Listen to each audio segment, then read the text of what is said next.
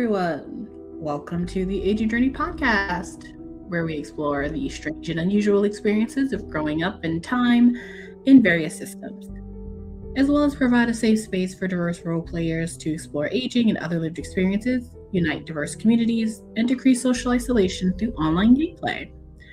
Today I have Static, Pan, Lynn, and Benji playing a Kids Campin campaign. I am your GM, TanyaLashea. You can catch this game and other games just like it on our YouTube channel. Our socials and content warnings will be in the description of this video. Enjoy the journey.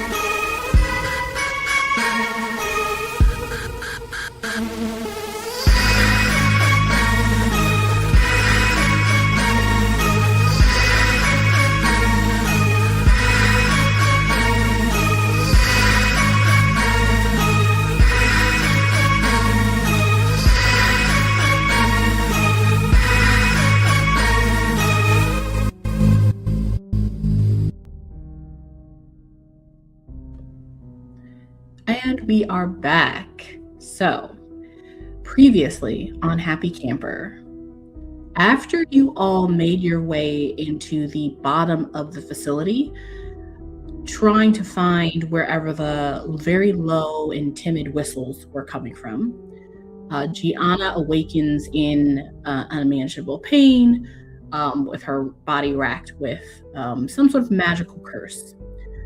However, you guys were able to determine how to help her find the creature that was deep in the facility, which turned out to be a little baby whistle man. Through some strange magic, Ebb does something with who knows what and creates what we could assume is some sort of a portal, perhaps. Going into another area of the underground basement of the facility, and you guys find a bunch more of these little baby Goliath children, which you, of course, name Bob, the first one, but of course they all think they're named Bob. And so you guys have 18 little identical friends. After all of that, you guys try to figure out a way to escape the facility in general. You're able to dig through a hole, basically, to the bottom, which takes you to the sea, which is also swirling with some of that magical ocean that you guys came through when you got here. And while all that was going on, Juni and Hayden were sharing a sweet moment. And that sweet moment came with more than just romance, but it also came with a breath from Juni into Hayden, which effectively reversed his mystical undead gift, I suppose, that he had. You all use basically a magic slip and slide to make it up to the surface of the water and rise a long lost pirate ship, and you all hop on whatever's left of it, and all of you plus the 18 Bobs make your way back to camp. You all arrive at Breakleg Point and unfortunately find that the camp is pretty much deserted, and standing like a statue at the edge of the cliff is a broken and terrified Nestor Elf, the assistant director of Camp What a Day. Unfortunately, even though he was trying his hardest to convey with his eyes that something was wrong, you tried to quote unquote help him, but a magical trap was triggered. The handiwork of Ebb's terrifying mother, Mrs. Undertow, and he is on to springs. After that, you all decide to make your way somewhere in camp, and you get spotted by Grim. He comes to meet you. He sees that you're with all of the Goliaths and takes you all down to meet the lonely Goliath that has been living in the forest, who effectively takes over guardianship of the Bob. And you assume, as you all leave Grim and the Bobs and the large Goliath, that they all live happily ever after. And you all made your way back up towards the road, trying to figure out what to do next. You all kind of stop where the archery range is to rest, refuel, clean off, and that is where you all took a moment to yourselves. And that did not last very long, because Ebb's Matryoshka doll twists and splits, flesh replacing wood as it opens, and from within, a figure emerges, bold, clearly powerful, and smiling, the biggest gesture smile you've ever seen. Miss Betta has arrived. Welcome to episode 17. As you all watch this horrific scene unfold, Miss Betta's shadow is casting extremely long. There's not much light in this little room. And Ebb kind of goes to hug her, and Ebb is like hugging her shins, that she's so tall, and she seems to almost like grow. She is wearing just a simple black long like dress, and her legs and her arms seem unnaturally long, and so do her fingers and her fingernails. Everyone in the room except Ebb is frozen to your spot. You can breathe, you can look around like with your eyes, but you can't move. However, everyone please take 5 adversary tokens. Ooh! As a gift for simply being in Miss Betta's presence. As Ebb, you hug her, and she pats you on the head slowly. She picks up the remnants of the doll that had kind of crushed onto the ground. She takes the rest of it and puts it in between both of her hands, the palms of her hands, and crushes it as if she's using them as a pumice stone. And you can all hear the wood being ground in between her palms. But then when her palms come away from each other, instead of just a bunch of sawdust, you see, like magic, there is a tiny version of Ebb. Not alive. It's a wooden Matryoshka doll in the shape of Ebb, or like painted like Ebb. But it's small, it's like tiny. It like fits in the palm of her hand. Pretty much the size of like a charm you would put on like the cell phone. And you guys all see this, but in a moment, she closes her hand and it disappears somewhere within her garb. Oh. Yep, you don't get it. Oh. You see that she has made something of what was left of the Matryoshka doll, and she has pocketed it. But she does look down at you. Sweet darling. Hello, Mrs. Betta. Well, have you been around at camp? Have you noticed all the weird stuff? Oh, yes. I pay attention to everything.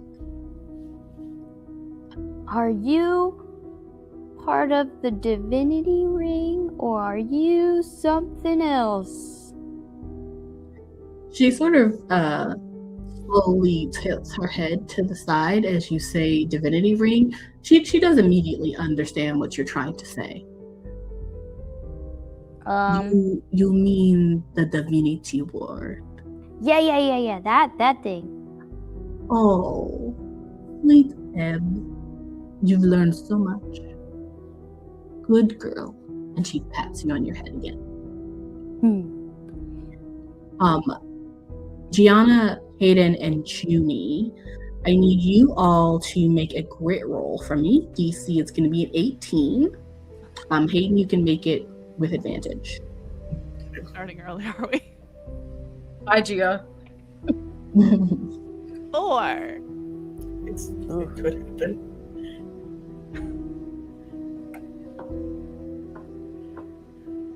Okay, I heard a 4.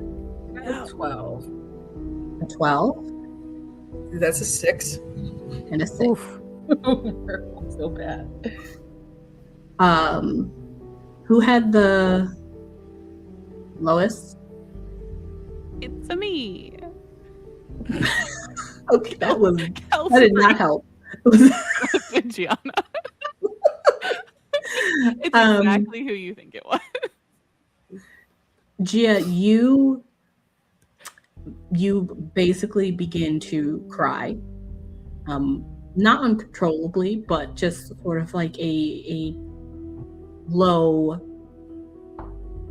whimpering as tears of blood run down your face.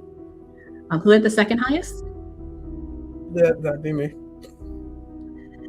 Hayden, you feel around your wrist.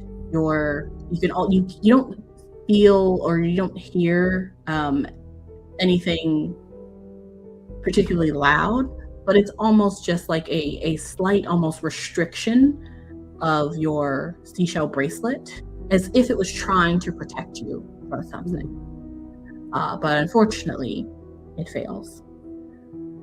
You, for a long time while you were in your undead state, you felt nothing.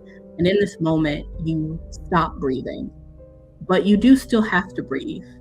Unfortunately, you are no longer able to breathe in or breathe out. And Judy, you are able to move the most. You're able to really kind of move most of your head to look over and see the horror in Gia's face and Eden, and the shock, and how Ebb and her back is to you guys as she's talking to you, Sveta. And you're looking directly at Sveta, and she's looking down at Ebb. But then there's like a ethereal other face of hers that looks up at you, and you black out. You're still standing, and your eyes are still open, and you are still technically awake, but your consciousness is gone. What's happening? Secrets. There's a bunch of secrets. Ebb, Sveta looks down at you. My sweetheart. My little doll. Are you planning to eat these children? No. These are my friends. And we're planning to go kill a bunch of adults that suck ass. Oh. Maybe I'll eat one of those. They killed a lot of cool creatures for no reason. And also have a bunch of kids kidnapped for also no reason. Except for to maybe put the goddess's powers on them? I don't know why. That seems dumb. She kind of is nodding while she's listening to you. Make unfortunate for Ed, make a brains roll. Oh no, I have none. He's gonna be a 5. You got it. You can do it. Yeah. Oh, I exploded. So, I exploded again. Oh my god. Yeah. Okay, so that's a 9 total. That's the smartest she's ever been ever. The dice tell the story. You already know that you have heavily charmed Miss Sveta. And I believe in the I believe in the first time when you really heavily charmed her, you called her auntie. And since then, she has kind of seen herself as that. And even though she's looking down at you, you can see that she's contemplating something. You're not 100% sure what it is, but you can tell this is a deciding factor. As she kind of just nods. What is it, Auntie Sveta? Come on, please. I don't know what's going on, but there's gotta be something that we can do to free the kids and also maybe kill a bunch of terrible people. I am going to roll something real quick. You did get a 9, so that's over 5 of what I asked for. No, it's not. It's 4. But I'm going to roll 4 something. over. Yeah. Actually, I'm going to say, would you like to spend a diversity token to get 5 over? Ooh, yes, I would, because I have a buttload of those. Okay. You see, well, really only you see, because you're really only the one that could probably look at her face and see that she's emoting something. But you see her heart melt. And she remembers why she was so immediately taken with you. And she just goes, oh, my sweetheart. And in a moment, Gia, Hayden, and Juni, whatever was happening to you disappears, and you're able to move again. But when you come back to the room and you can feel the room around you again, it is freezing cold. And you can feel almost like a suffocation of, you don't know what, because there's nothing touching you. But it feels as if someone wanted to in this room, they could simply enclose their shadow around you and you'd be gone in a second. And she continues to talk to Ebb.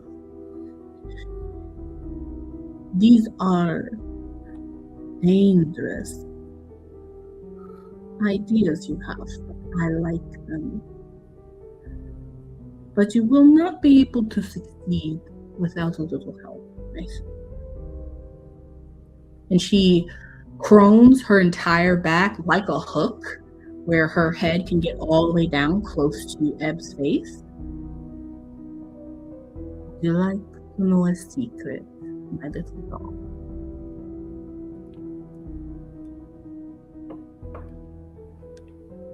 I, of course, want to know a secret. There is power I can give you. For now and for always. You simply must give something. Okay. Yeah. If we can stop these bad guys once and for all, I am super on board. You watch her eyes basically roll in the back of her head, and your consciousness also leaves your body.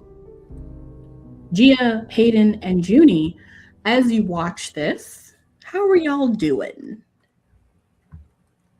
Great. So good. Just Awesome. You laid out on the floor. Just wiping blood off my face again. It's fine.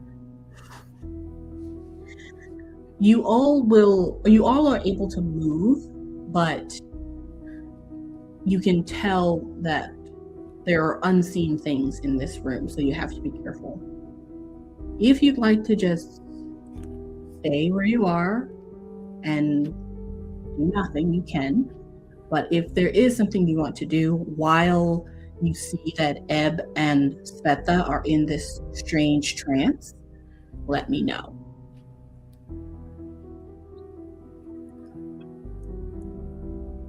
Does it seem like the room is pretty full of unseen things?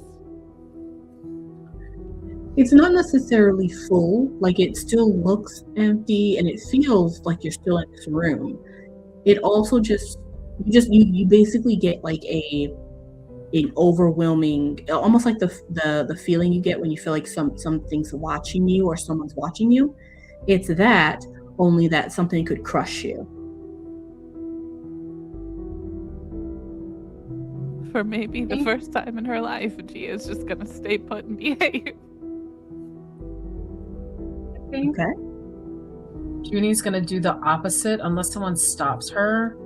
She sees Ebb in this trance, doesn't know who this lady is. Obviously, she sees that Ebb knows them, but I think she feels like something is wrong and is going to try to reach for Ebb. Okay. Yeah. Seeing that, Hayden's immediately grabbing Juni's hand to try and stop her. He knows Juni has tried to punch a near god before. This one feels worse if she tries. It sounds like What are you doing? Seems like one of you got to be faster. So let's do a flight versus a flight, I think. Right. And while they are doing that, Pan, I am sending you something via message. Ooh. They're both flight. Yes.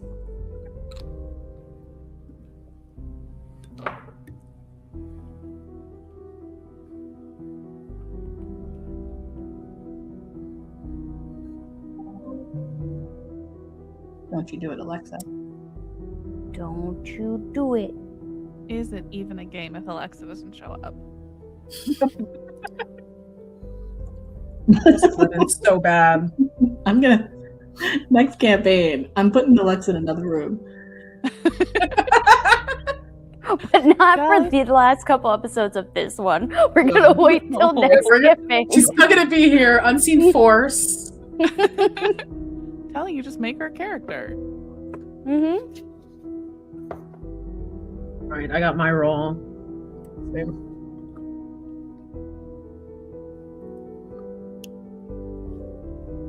Okay, what was it?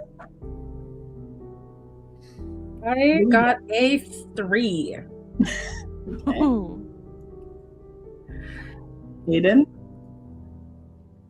That was a 4. Oh my god. Oh my god. Dang. That's great. I think because you guys were so close, I think as Gia decides to stay just absolutely still, I think Juni, you move with speed and determination. You have been really coming into your power lately, and you are very close to grabbing Ebb. Your fingertips are literally right, almost touching her yellow jacket. And Hayden grabs that hand before it touches her, and you both just look at each other in the eyes. And there's just a silent moment. Ebb, in this, let's call it silent, dark, and ethereal place, it's quiet, almost as if you were back in the womb, essentially. Dark. But you can clearly see yourself, and you can clearly see the person standing in front of you in this liminal space. It's someone you don't recognize because it's a little girl. But she smiles, a huge smile, and it reminds you of Mrs. Edna. In fact, now that you look at her, it's exactly like Mrs. Edna, but just a little girl. Auntie Sveta? The little girl picks up the little charm that she created, the little Matryoshka doll of you, and picks up another one and puts them both together so you can see them. There's a little you Matryoshka doll and a little her Matryoshka doll. Aww. And she opens hers and puts yours inside of hers to nest it. And then closes it. That's so cute. And then from the side view of where you all are, someone else's hand interposes in between both of you. And that hand is stark white, almost silver skin, and you can see the veins underneath. They are blue, cyan, really light. The hand is huge. It's about the size, it's actually twice the size of your head. And in the hand is another Matryoshka doll. This one is painted like something you've never seen. It seems to have silver hair and big eyes, but the eyes are moons. And the crease where the smile is, there is no smile there. There's no mouth. The crease is still there. The child opens that one. And inside is what looks to be a white piece of candy. She takes it out, puts both her doll and your doll that's been nested into that one, closes that one. She breaks the white candy in half, gives you half, and takes the half for her, and the hand retreats back into the darkness. And she starts to eat her piece of the candy. I will eat my piece of the candy too. And I'm gonna say, Auntie Sveta, I have very important things to tell you.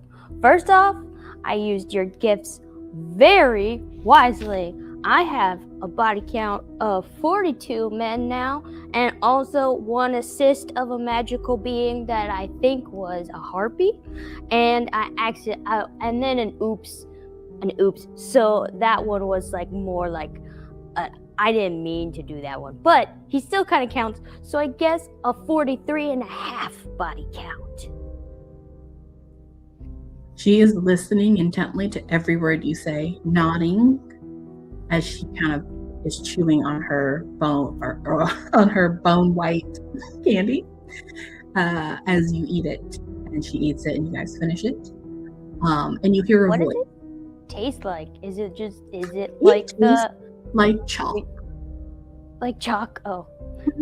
It tastes a bit like chalk, except for there's like a center that kind of tastes like meat.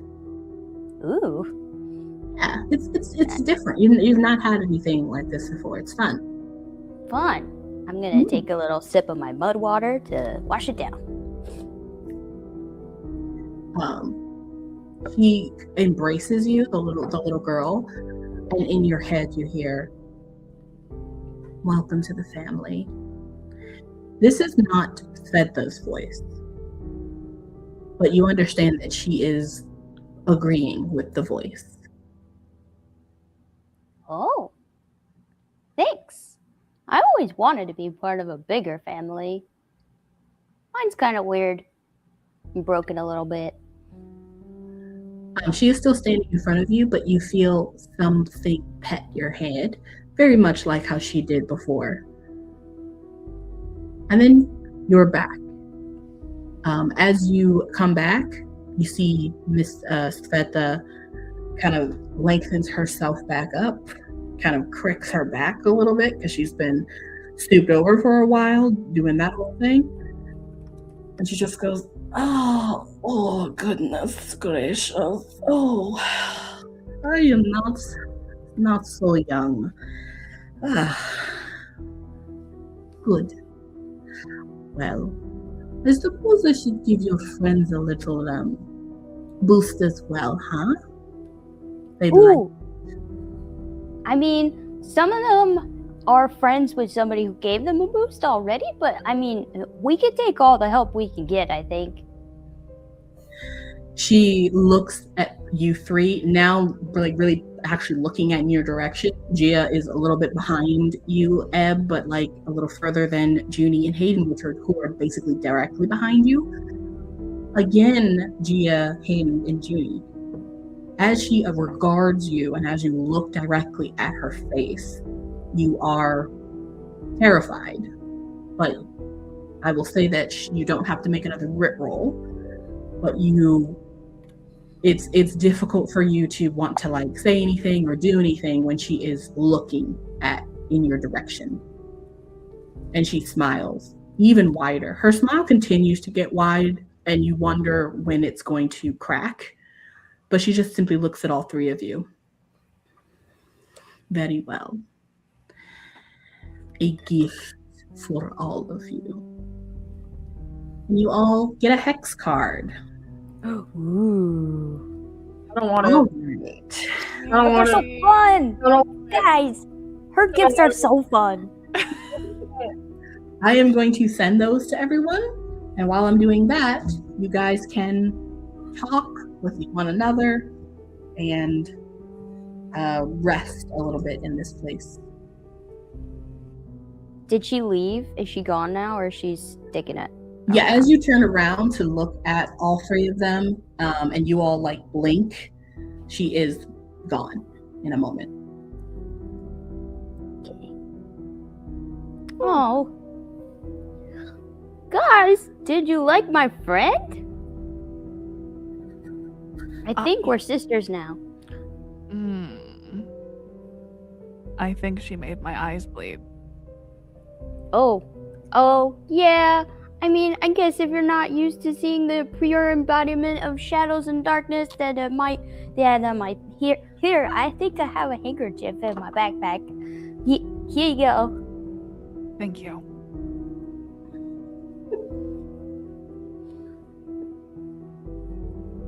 She's really cool, guys. Cool. Yeah, Yeah. really cool. She gave me the doll, and that's how I got all my little Ebbs, so that we could survive, in the underground placey place. And Yeah. that was pretty cool. That was also- objectively cool, yeah. I used the doll. Remember back when I used the doll to like break the curse on Juni, and so that she wouldn't kill us all? That was fun. Yeah, that was a good use of the power. Did she make a doll out of you, though? Yeah, she did. And then she put that doll inside of her doll, and then all of our dolls into a really big, fancy, silvery doll with moon eyes. That was cool. I don't know what that means.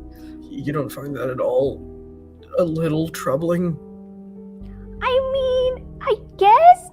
It's troubling in the way that, like, you find a cursed object, you're like, I don't know what this does. I'll just keep using it until I figure it out. And then eventually you're like, oh, it did this thing. And then you figure a way out of the curse, and then it's fine. If nothing else, I really admire your optimism. I am still alive after a lot of weird stuff, so seems like it'll be fine. I think you see Juni just standing there. Her mouth is like slightly open, like she wants to say something, but no words are coming out of her mouth. I think she still has like that scared look on her face. Ebb, if I'm being honest, and if I had to bet on which of us would survive this experience, you would be at the top of the list, so good for you. Although I am probably gonna die when Mom finds out that I lost her broom into a giant sea creature thing. That's probably what'll kill me. You can blame it on me. But then you'll die, and I don't want you to die. No. We just did so much to get you alive. But then I would be right about you surviving, which would be pretty good, like, trade-off. I suppose? Look, as the one who was just recently dead but not dead anymore, I prefer just not to put odds on any more of us dying. Fair. That Sorry. would be great. Little But we insensitive. should get the weird doctor lady. Stop her. What if we just blame the sea monster for your broom, and then she can kill the sea monster and get your broom back? So, Ooh, yes. Also, cool sea monster that we don't have back home, so maybe she'd be interested in hunting it. Oh, yeah, it's relatively intelligent. I think she'd have fun with it. Oh yeah, didn't you talk to it? We had a brief conversation. It's surprisingly patient. I tried the whole "are we there yet" thing for, I'm pretty sure, about 3 years, and it didn't crack. Yeah, that sea was weirdly giant and also not giant? I don't know. Space and time is weird here. Okay. So I've sent you all something. Unlike all of your other hex cards, curse cards, and cards before, this one is not a hex on you. You have been gifted with the ability to hex. Ooh. Yes. Oh. This is nasty. Except, well, no, it's not a hex. Except Ebb, of course. She's been gifted something slightly different. Man, I can't also hex? Don't worry, you'll grow into it. I'll grow into it. Yeah, I did. You've just sold your soul. Give it time. Yeah, that's fair. Pretty soon he'll be able to hex and curse. Ooh. I will say that I think last time you all decided that you wanted to come here and just rest for a while, but then head out before like the day broke, and so not sleep throughout the night. Are we still deciding to do that? I think we were gonna send the familiars to scout ahead. Yep. Yeah, while we hid in here, we were sending the familiars to scout around the building. Okay. We'll say that was happening. I'll say that they come back in the perfect timing when Miss Feather's already gone. And they just report to you that the camp office, which is where the last of whoever is left on here, possibly Dr. Helmuth, but you don't know. She left the facility. You don't know where she went. And then Nestor thinks that Dr. Helmuth is somewhere still here. And your mother thought that she was here when she was here looking for you. But they weren't able to get inside of the building because it's locked up. It's locked up tight. However, they do know that there are people inside and that they're basically doing the same thing they did at the facility, which is cleaning up fast. But they are not taking anything out of like the regular doors. So there has to be an underground either facility or an underground route, which makes sense since you guys know that this place is kind of riddled with ruins and sandworm holes and all that jazz. And we knew about the tunnels underneath of some of the buildings because of Cinder. If I'm remembering correctly, when we took Fred to break the brooms out, back when we were innocent and young and didn't know any better, wasn't there like an external sewer grate dungeon portcullis tunnel thing that the I didn't go catacombs, yeah. through? Yeah.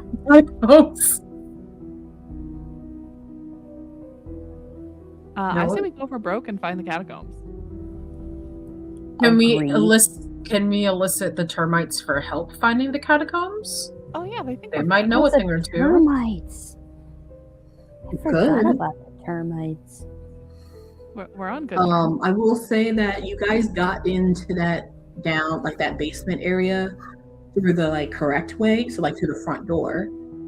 However, if there is a back way, then it definitely is probably a tunnel.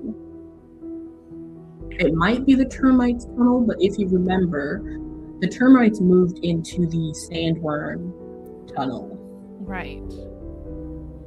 So, and then there was ruins there. There's a bunch of ruins in campus.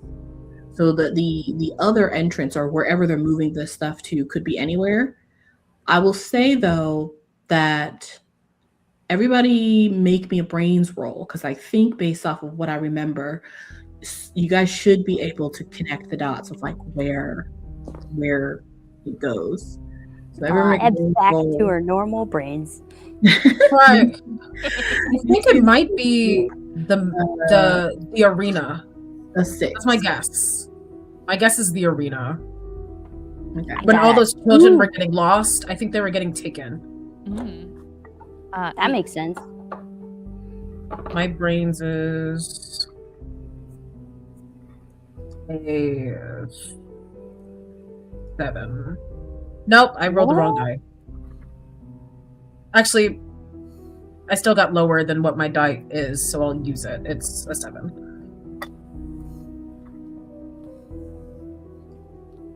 That was a 15. Yeah.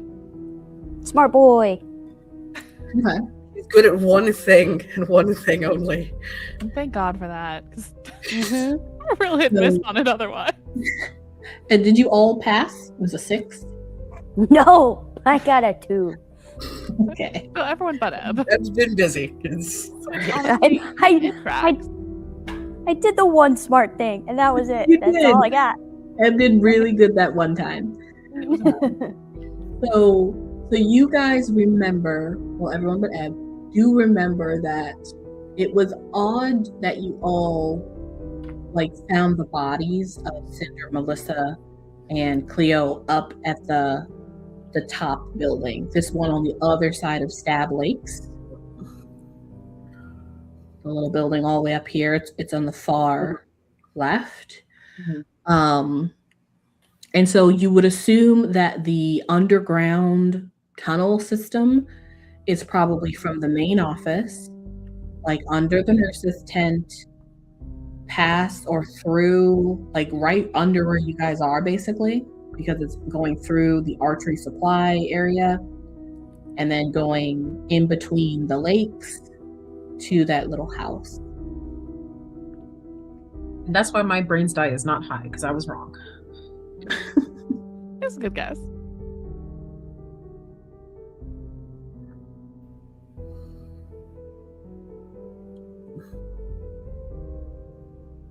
So, do we want to head to the corpse cabin and take the tunnel, or just try and, brute force our way into the main office? If we brute force our way in, we don't know exactly what's in there. I mean, I didn't say it was a good option, but it is an option. If we go the other way, we might get the drop on people.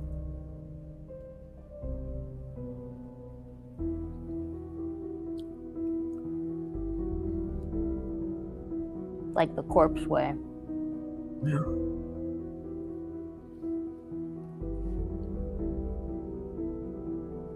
Yeah. I'm good either way. I'm sure something's gonna pop up. No matter what. Juni? Huh? Oh, you see that she the- just kind of snaps out of whatever funk she was in.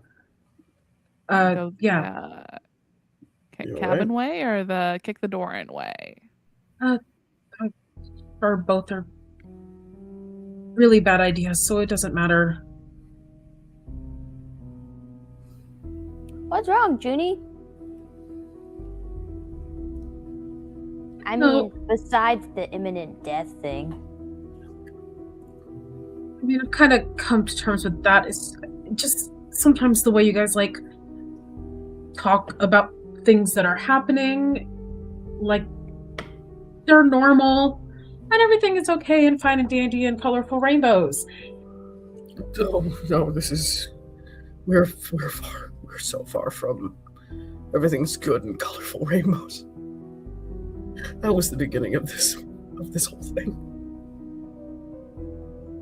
I kind of grew up around skeletons my whole life, so this is not the greatest, but it's not the worst yet. So You're cool, making a pact with some demon lady. I mean, we just saw you just stand still for what felt like hours, though I know it wasn't. And Gia's eyes were bleeding out. And I could hear Hayden stop breathing, which is not fun considering what I did. And then I blacked out after that lady looked at me. I don't even know who she is. And you just seem like very, very trusting of like people with immense power and, you know, not really noticing what's going on around you. And like, it's a lot. It's a lot. That's fair. I just am used to people with immense dark powers, so like it's more like, so you remember how we went to the campfire like a long time ago and like you were like buddies with everybody and you had friends immediately and you like talked about marshmallows and shit? If only I could rewind time. That was like the scariest moment of my entire life. Why? Because everybody was happy and normal, and I don't feel those things ever. So I was like, this must be the bad place, right? This is the test that Mom sent me to so that I would die. They're definitely all gonna kill me, and this is how I die. That's pretty much all I could think the whole time we were there. So that's why I ended up going to bed early, because I was like, yeah, I would rather be in water than at this campfire. And also everyone's friendly and it's freaking me out. So like, this is much better for me anyway. But I could get how, since you like that stuff, you wouldn't like this stuff.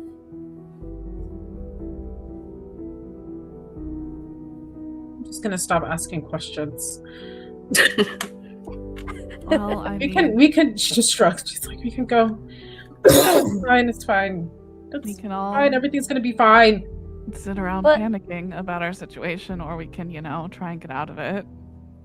And if we like get out of it, you can go back to like the place where the dinosaurs shrink into tiny cups. Is that the way it was? Or was it the other way? It doesn't matter. They probably don't exist anymore. I mean, it's gonna, things just continue. Who knows how long we've been here in this freaking camp? Time is an illusion. The stars keep moving and people disappear, and we should go. Are we resting or are we going? Are we going? I think we should go. We should probably go. Juni, once you accept your, insignificance in the grand scheme of the universe, it makes moving forward a lot easier. That's it.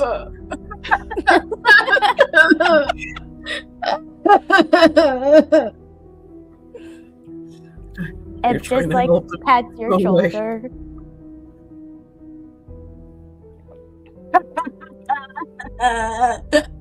Juni, I'm glad you're our friend. We need at least one person who's like normal.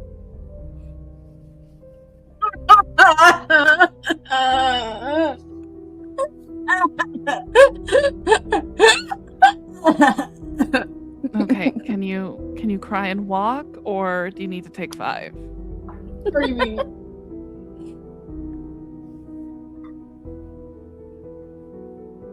What? She holds her hands out for uppies. Whoever's gonna take her, gotta take her. I would, but you're much taller than me. I'll help you up. I'm not carrying your ass. Ask your boyfriend to do that.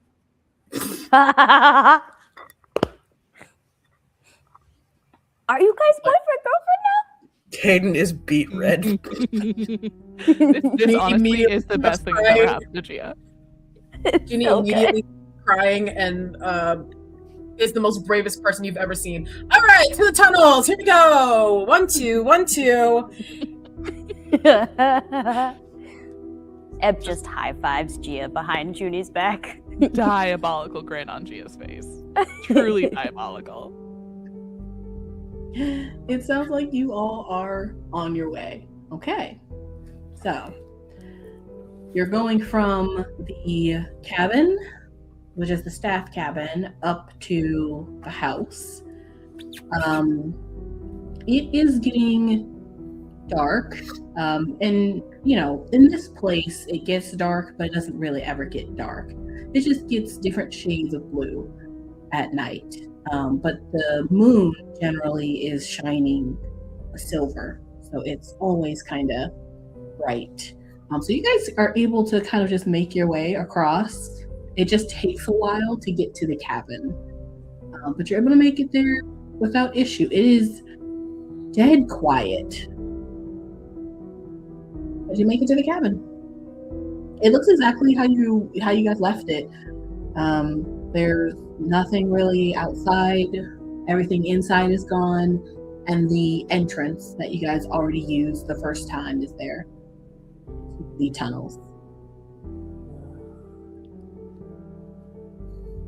I don't know if we're gonna find it, but it might be good if we find any other student bodies down there to bring them back to life and help us fight.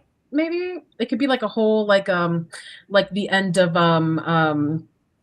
Spy Kids, when all of those robot kids gained consciousness and then they fought against the adults. Yeah, we should definitely add to their trauma and, you know, bring them along with us. You've never seen that movie, have you? I have no No. idea what you're talking about, no. Okay. I'm only allowed to watch The Addams Family. I feel like you That would makes actually like Spy Kids. There's this guy named Flute, and he is really, really weird, and this guy gains like 4 other heads. It's really weird. I think you'd like it. That does sound kind of cool. Is he like a Hydra? Ooh, yeah. No, it's more like the 4 heads are connected to his head. Like his head is the forehead of the 3 other heads. And they still like kind of move slightly. He gets altered by like a drawing. It's really weird. Huh. As So you say it was a fever dream. that, Judy, you're kind of reminded that that's kind of what Miss Sveta looked like for that split second she looked at you.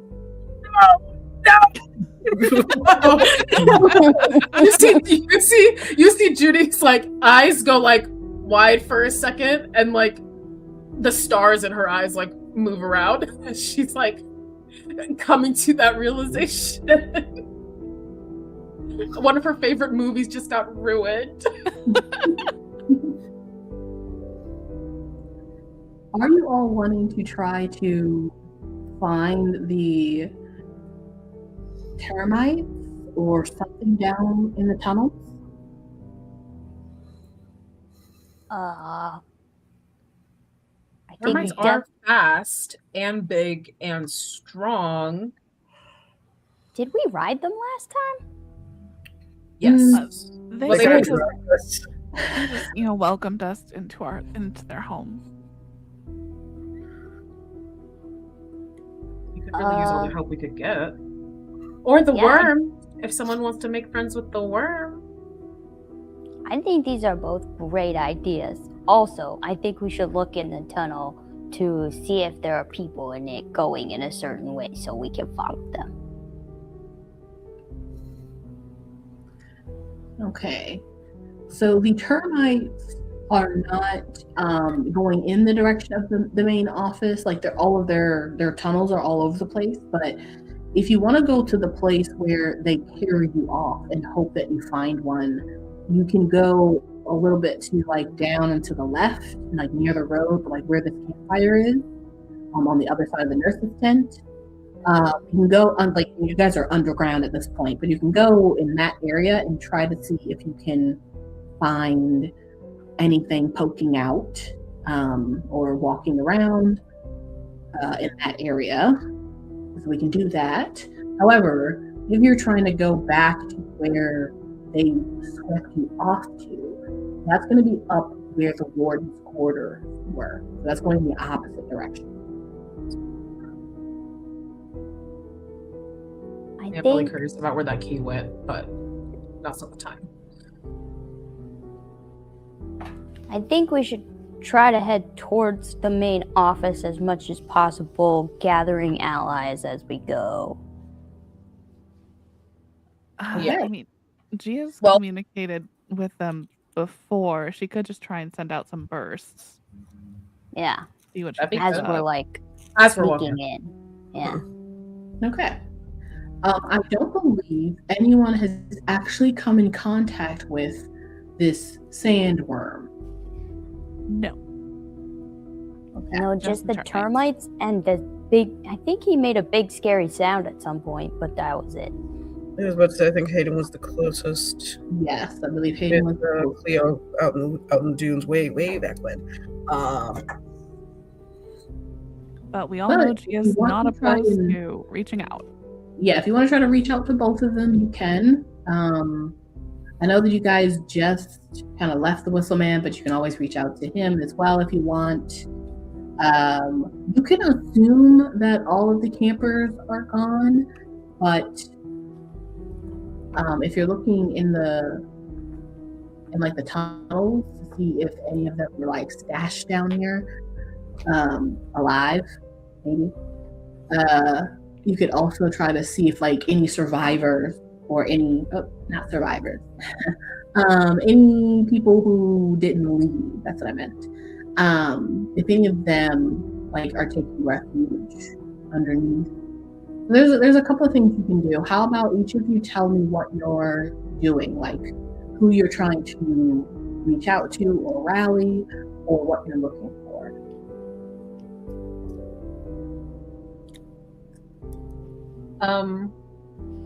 I think Juni is, because she's made the connection before, trying to see if Cinder, Melissa, and Chloe's bodies are here. Like if they took them back where they were originally meant to take them and not the island. Okay. You're looking for evidence of those three. Okay. Or if I can feel their consciousness, if I can find that stream of light, kind of, whatever I gotta do.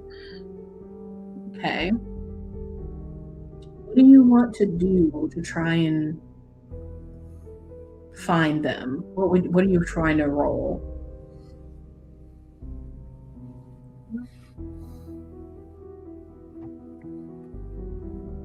I've been using charm for human connections. Can I still do that? Yeah, you're trying to look for Any? Well, if you're trying to, what are you trying to connect to? Their consciousness that I felt was outside of their bodies, but I knew they were alive. I just want to see if that's here. You mean the thing that you were able to connect to when you found them in the when we found them in the lake house the first time. I see. And you think that was their consciousness. Okay. Okay. I am going to say yes, you can use a charm to reconnect with whatever that was then. And we'll say that is going to be a DC 12. Yeah. I just think Juni's like not super helpful in this moment. She's trying to do what she can to keep herself grounded after what just happened. Oh, that's beautiful. I got a 17 on the die plus 7 for a 24. Wow. Yes, you are able to connect to a consciousness. I will say though that it is not in the tunnel. Okay. What type of information would you like from this connection being made?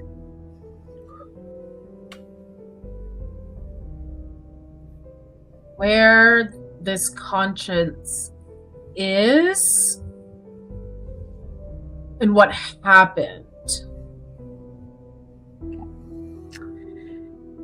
get any sort of answers to what happened. I'm gonna say you get two kind of like thoughts. You don't get connected to the consciousness. In fact, when you try to do a natural connection, you feel like there's a barrier. Mm-hmm. However, you do get the sense that you're going in the right direction, and you do get a sense that where you need to go is the main office. Wonderful. And those are the two thoughts. Mm-hmm. I relay that to everybody else. Okay. Who's next? I am gonna reach out to my termite family and let them, like, because I think if I remember, I think last time I talked to them, it was mostly like a pheromone kind of thing. Mm-hmm. So I think I'm gonna like kind of try and project like the friend Gia pheromone, and then like a danger or a threat pheromone, and like target it at the main office. Oh, okay. To try and be like, hey, it's me, your bestie. These guys are a danger to the whole hive. I see. Okay. Go ahead and roll a charm. I think DC for this one is going to be a 10. Okay. Ooh, that's an 11. Okay. You do get connected with something. However, it's originally you had gotten connected to many somethings because they are a hive, but now you only get connected to like a few something. Oh no. But they do get your message.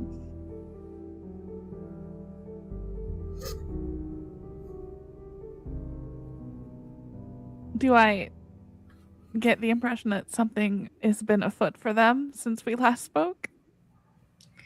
I don't think where you are and based off of the level of like connection you can do that you'd be able to figure that out. Okay.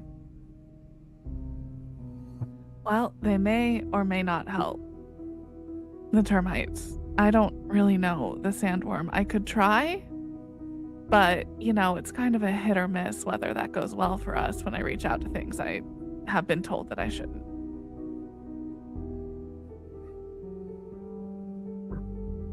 Who's next? I think having been within the tunnels enough times, be it for class or their last adventure through here, Hayden's main priority is kind of more so because he's not good at connecting with animals. He's not necessarily good at dealing with spirits, anything like that. He is making sure their pathway is kind of stable. There's no chance of drop pits. There's no points of like where a wall cave-in is possible. He's basically trying to make sure this route they're taking is not going to suddenly just collapse in underneath them. Okay.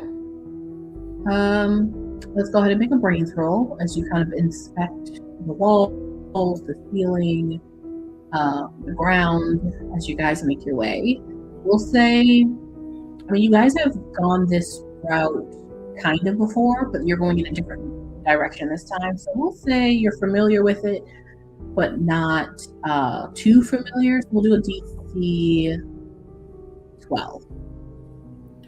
Okay, so that is going to be with spending 2 adversity tokens to just make the 12. Okay.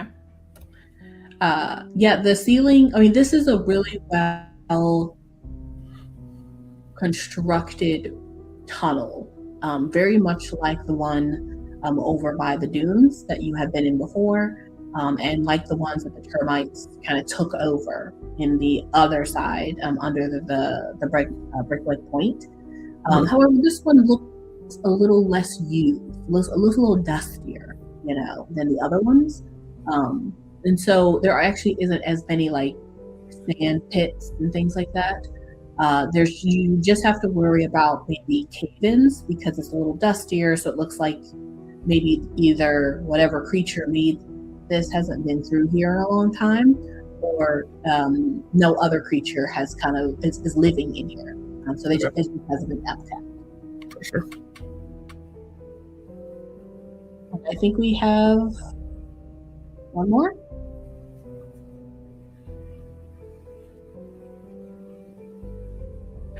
We'll find out what the menace herself is doing. Mm-hmm. Anne? You're muted if you're speaking.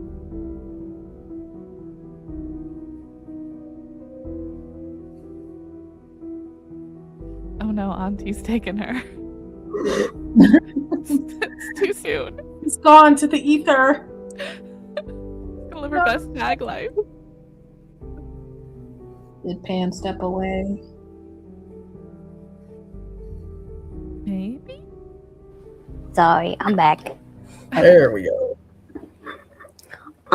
So I think what Ebb wanted to do was she was looking for people, like signs of people, possible like little alcoves where they could have shoved bodies. I'm looking for signs that people are coming in and out so that we can find where the information is being stowed and hidden. Okay. That kind of sounds like a brains roll, though. Dang it. Mm-hmm. I can't think of how to make it charmed at all. Or flight. I could make a case for flight because I'm tracking the patterns of the tracks of people coming and going as opposed to brains. Okay. I don't know. Okay, no, I'll allow that one. Yes, I could say tracks, but that would probably mean that you're mainly looking for like foot traffic, and if somebody has like people have been through, but I don't think you'll be able to find like disturbed areas where they may have shoved like cocoon. Okay, that's fine. Go ahead and roll flight. We'll say the DC is going to be 6. Okay. That's my D12. Hiya! Oh, that's a bad roll. Plus 2 is a 5. What was the thing? 12?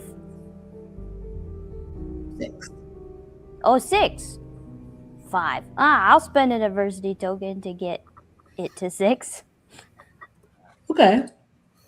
It's pretty easy to see that not many people have been through here, but you do see like clear footsteps.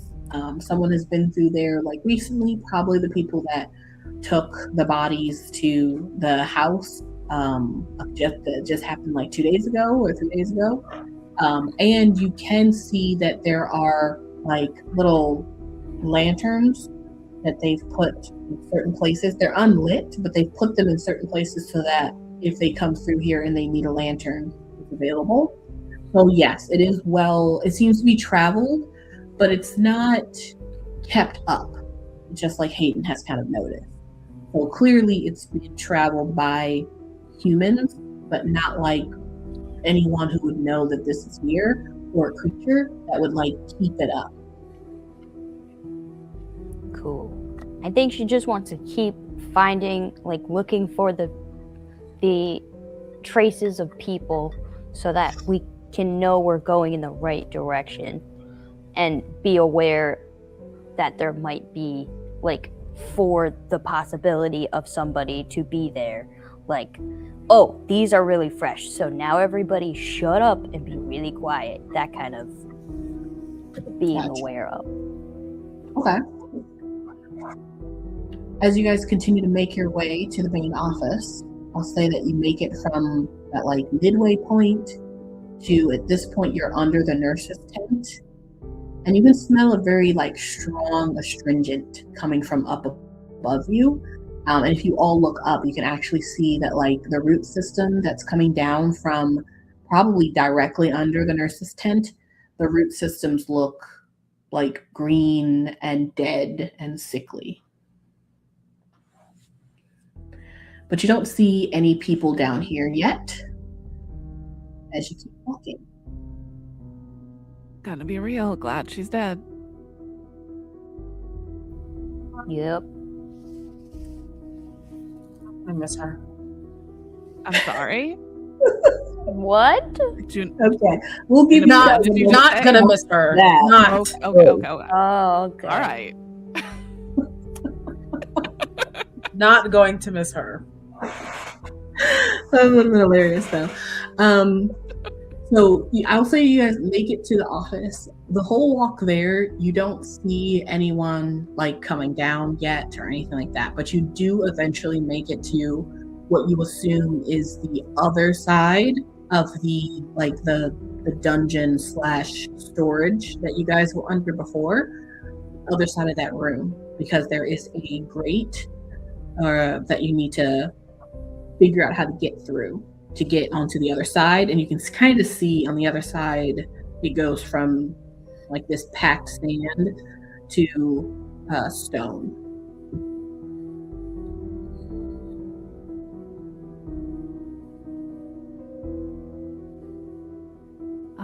If only we had a creature who could spit acid. Yeah, Fred'd be really useful right about now. Sure would. Why can't you guys just use your magic to make acid? Oh, I mean, good point. we could, but then I wouldn't have gotten to Ebb remember literally my boy. has a venom. Yeah, but it's a neurotoxin. It doesn't really work on things that don't have a brain or nervous system. But I can totally try to make acid and use my magic to try to make acid. Okay. What do you want to roll for that? I guess your grit. Yeah, grit or fight, because Yeah, or your fight. Okay, I'll take either of those in your magic die. Okay. What's our magic die right now? Still a D4? Yeah. Magic dice. I'm gonna use my grit. Where's my D10? Here it is. Ooh, that's not bad. 8 plus 3 is 11. Do I have any magic? Oh, I do have magic. Plus 1, 12. Okay.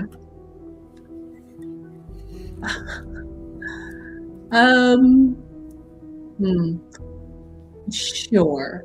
I'm gonna say something akin to acid kind of flies out of your wand, and it does sizzle and hit the grate and sizzle.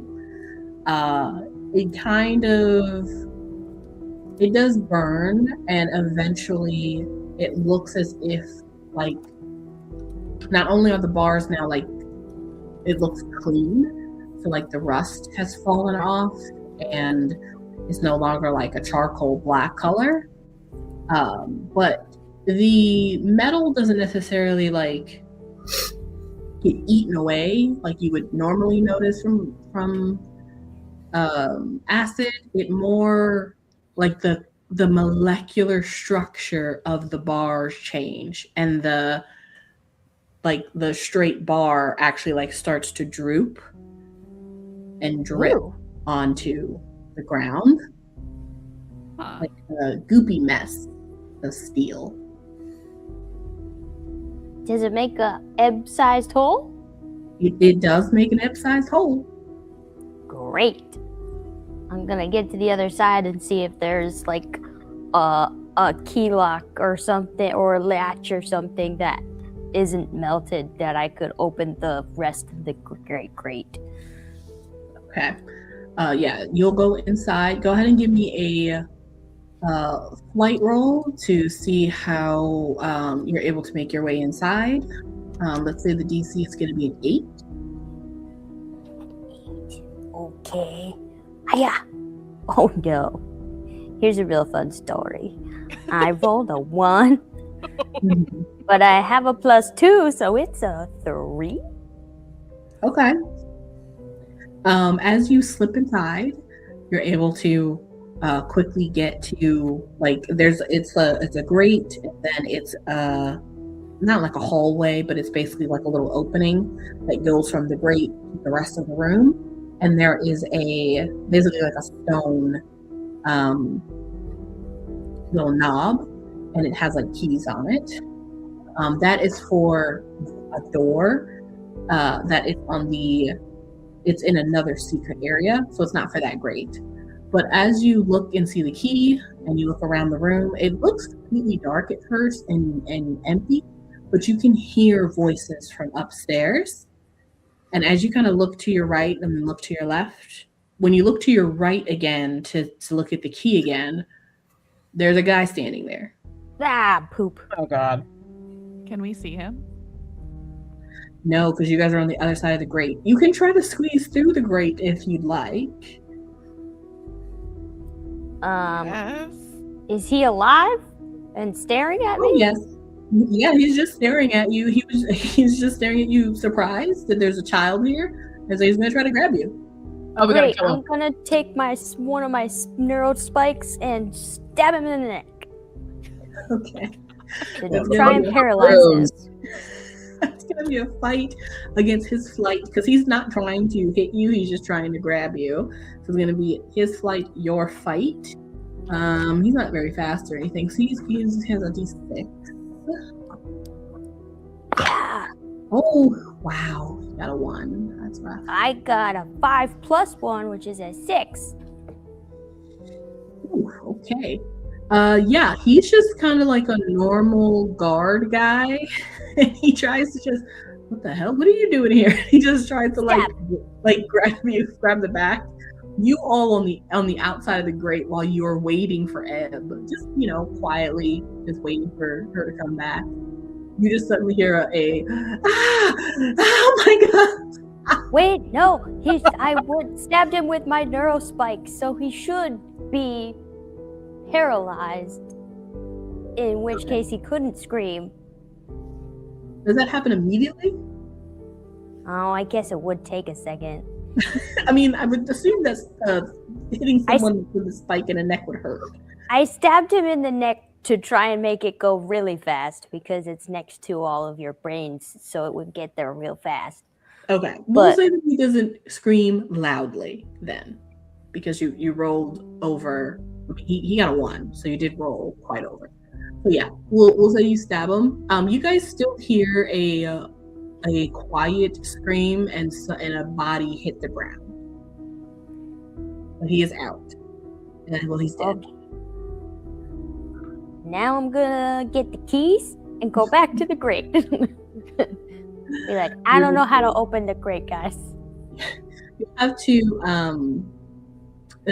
give them the keys through the hole that you made, and show them where the gate is. Oh, okay. Hey guys, here's the keys, and then if you go to the left and round a little bit, there's a gate that will let you in, okay? There's definitely not a dead guy on the floor. Oh, how comforting. He's not dead. Definitely Dead. You guys go through the gate and step over his limp body. You are all inside, and you are once again in that basement. And on the other side of the room, in the middle, is that table. There's like some like knickknacks and a couple of like different items down here that's like shoved in the corner. But then on the other side of the room, you can clearly see that there is still a iron door that has been eaten away by acid at some point, and a absolutely ramsacked storage. Hey, we were here Aw. before. It brings back good What? memories. This is where I got the brooms. And a few other things that were eventually dissolved in stomach acid. Yeah. I do wonder what they were. Oh my god. Man, camp is fun, guys. I'm never coming back to this place. Let's go. I mean, it's gonna be closed if we have anything to say about it, so.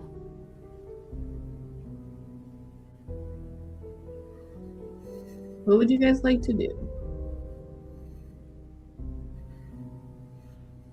Oh, guys, I heard voices talking upstairs. Very Okay. quietly, but Last time I was down here, the stairway up is pretty narrow, and then it just opens right into like the hallway of the administration building. So it's not like we're gonna have cover if we go through the door. Do we? but I don't know how to get up there otherwise. Well, what if we just lure people down here one at a time and you stab them in the neck? Ooh, that's a good idea. But won't they figure it out eventually? Eventually, but adults are dumb. It could take a couple. That's fair. Is there anything else down here? You guys can take a look. See if you I would like can to take a look. find anything of interest. I would like to Fred, take a look. Fred might have left something. What Let's are you hope guys, so. Sorry, what'd you say? what are you guys looking for? I think Juni has been following that connection the whole time. So I guess she's trying to see if it's stronger here, but she really is just kind of like, while she's doing that, looking around, not necessarily for anything specific. I guess if I have to be specific, just anything similar to what they found at the facility. Okay. If anything else is, if they hadn't gotten down here yet to move things, that kind of thing. Well, let's do a charm just to kind of establish that connection.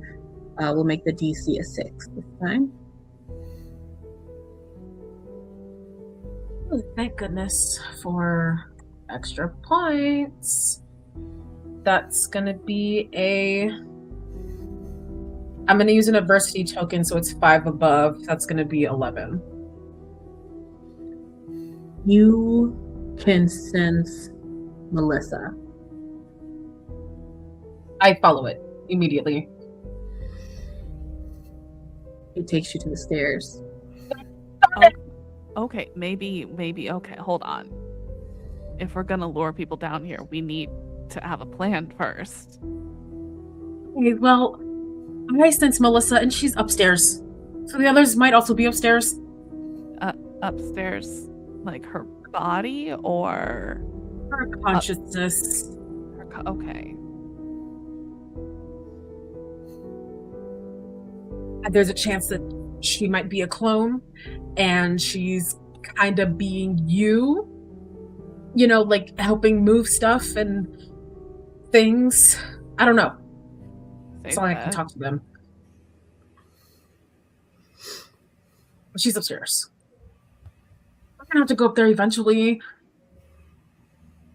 But we don't have to go up there dumb. We're kind of going up there dumb no matter what. Okay, then can we at least look around down here to see if there's anything that can help us up there? Sure. Magic items, extra brooms, wands.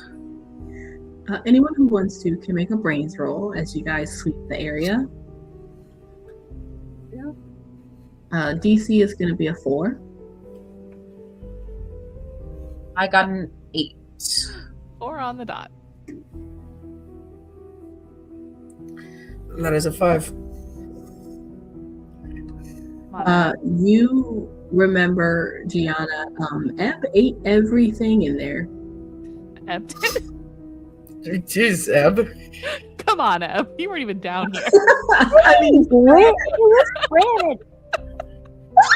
It sounds like something Ebb would do, though, let's be honest. It does.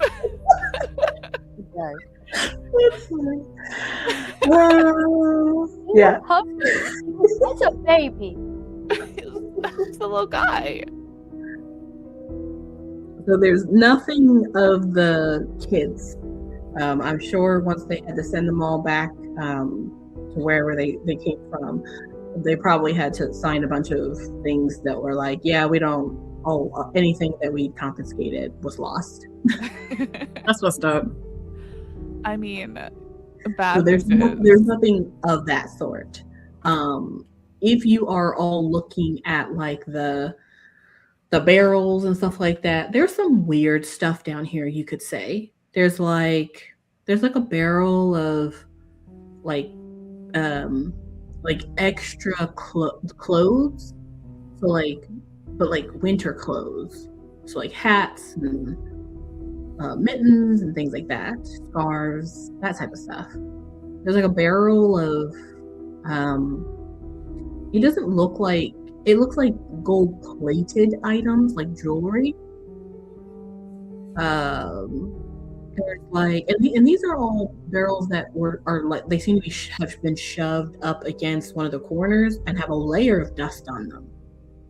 You're not sure how long they've been here. I'll say that you'll find like maybe some odd old weapons, but like really old, like made of like steel, like they look like they were made in a workshop, like a blacksmith. So that's some of the random things you find. Do you think they killed people to get all this like gold? Just like took all of their jewelry and stuff? Do I think they killed people? Of course they probably killed people. Wow, chill, bro. You know, I'm gonna lose it. I'm gonna lose it. All right, take 30 seconds and lose it again. We'll try and figure out a way to get up without getting immediately murdered. You can try and lure people down. I'll be here in the lost and found. I do like the idea of luring people down here. I thought you might. It involves you stabbing them. Yeah. That being said, Hayden is significantly smarter than all of us. Tell me you have a better idea. See, Gia, I'd love to do that. I, however, will be lying to you. Damn it. But I'm gonna take a chance to do something I actually haven't really done all game. Ooh. So exciting! Hayden's gonna try and have a vision to see what's gonna be their best course of options. I thought you were going to say bribe someone. This is so much better. I don't know. Boy, using his powers. His powers of a rich boy. Right. You would think that would have come up. No.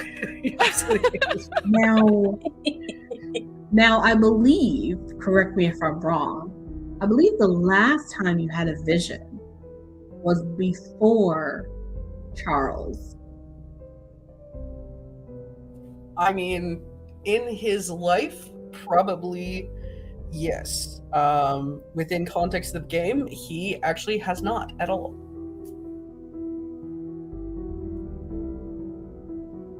Didn't you have that one vision when you were reading the book in the tent? Yeah. Okay. Yeah. No. That's fair. That one. Yeah. Yeah, I think you had.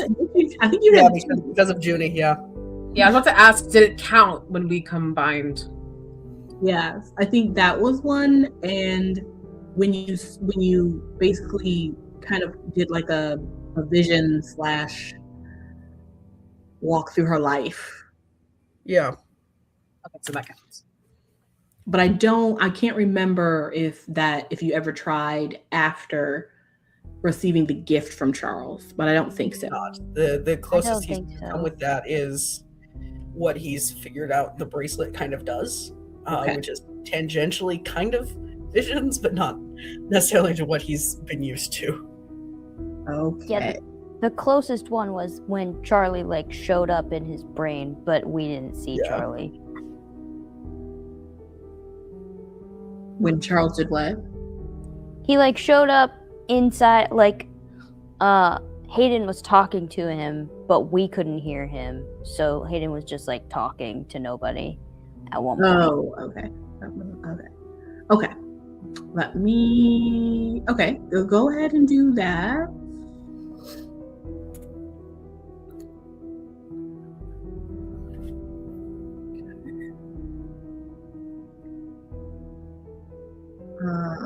What ability is that? Charm or grit? Um, I'm probably gonna need a. Ooh, would it be? Okay, hold on. I gotta actually pull up a lore document. yeah, Complicated. I could have sworn it was between either charm or brains. It's like, can it be brains? It was before Charles, but Yes. Let me see here. Okay, what we're gonna do? I have to think about Charles.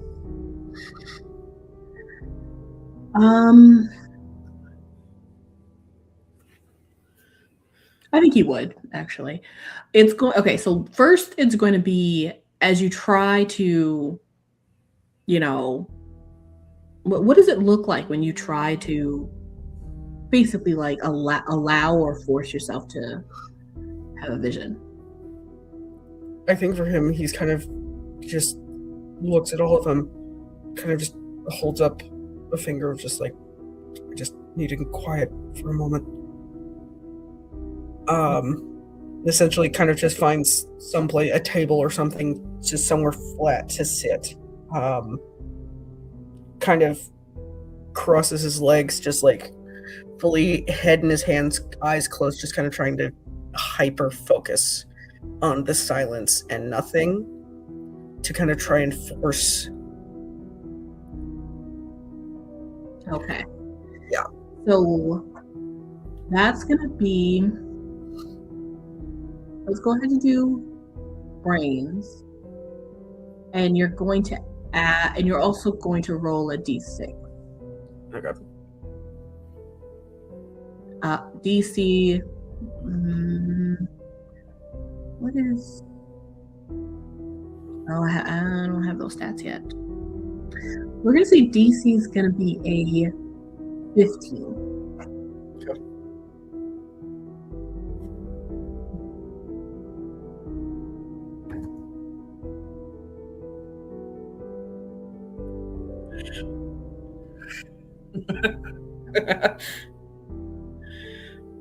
So that's 50. close. Yeah. Okay, that's fair. So that is a 29. Okay. What vision are you wanting to have? What he is essentially trying to do in that moment is, given the two current goes of action, whether it is all of us just storming upstairs in ambush, or essentially trying to lure folks down after a few and then head up, which is going to be the more specifically either one's going to be unsafe as hell, but which is going to be the least likely for us to die. Okay. As you kind of just take a moment to go into yourself and allow this to happen, you feel, first of all, you smell salt water first, and then you smell a cake baking in an oven, and then you hear the chimes of seashells, and then you can also hear a voice. It's Charles's voice, and he's talking, but he's not talking to you. It's sort of like you hear it in the back of your mind, and he is not speaking a language you can understand. But it's very clear that whatever you are channeling, it is with his blessing. I will say that you see both paths. You see flashes of Gia going up the stairs, opening up the door, causing a distraction, someone running back down with her, Ebb trying to stab them, that not working, that person killing Juni. You see all of that happen, and some of you die, some of you survive. You then see you all just rushing up, all opening up the door. A bunch of different things happen again and again. Some of you die, some of you survive. And so you see different iterations of these two paths kind of over and over and over again, but in quick succession. It's like you're seeing a blink, but you're seeing it all in like 1 second of an entire scenario. Unfortunately, this just keeps going. And you can kind of tell, and maybe you can't tell actually, but you can kind of tell that it's going to make you go through the permeations, and that's going to take some time.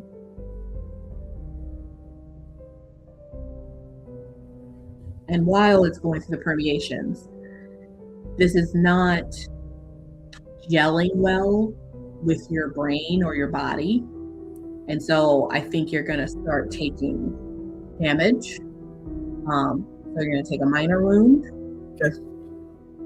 As you are trying to keep focus, but your body is reacting to like back to back to back to back to back permeations. Can we see this? The damage happening? Mm-hmm. I think Juni runs over and puts both of her hands on his shoulders and just whispers, I got you. I got you. You can do it.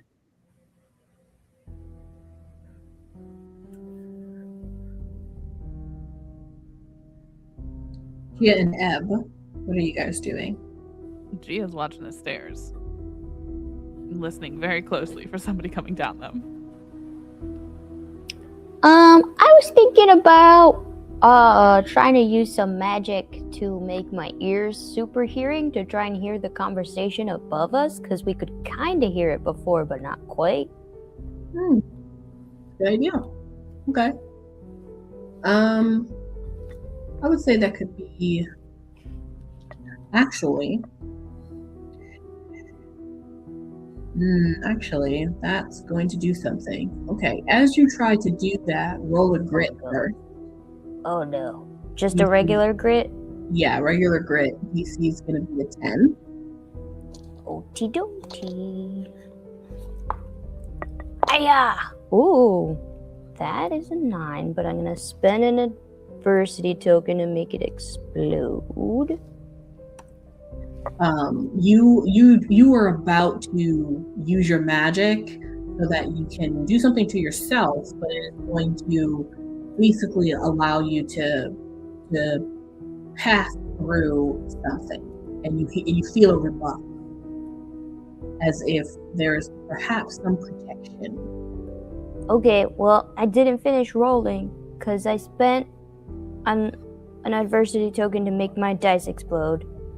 So now it's a 18 on the grit. Okay, you still just feel that. You just that there is like that a barrier. Yeah, there's something protective in terms of like magic. Like they know that they are alone, but whoever is up there isn't stupid. They have protected themselves just in case. So, do I get the feeling that my magic wouldn't even go through, or it would set off an alarm? Oh, it would set off an alarm. Okay, I thought you were saying it was just like a barrier that I couldn't get through. Okay.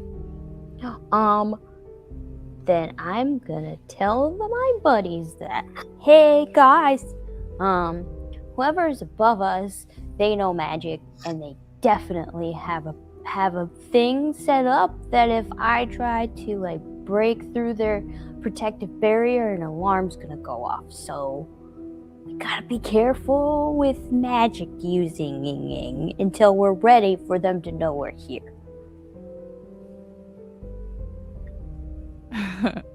Well, here's hoping whatever Hayden's doing doesn't set it off.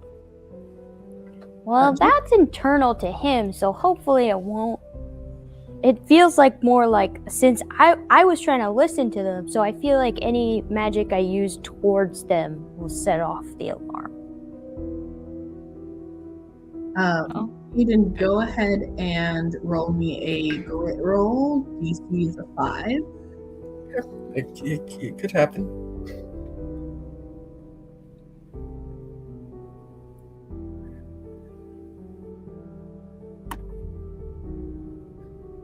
Oh yeah, that's a 6. Nice. You once again hear Charles's voice in the back of your head, but now you also hear Juni's voice in front of you. And it's like a little swirling tornado of energy that is helping to basically contain what you're doing as the permeations continue. What's everybody else doing? Still on watch.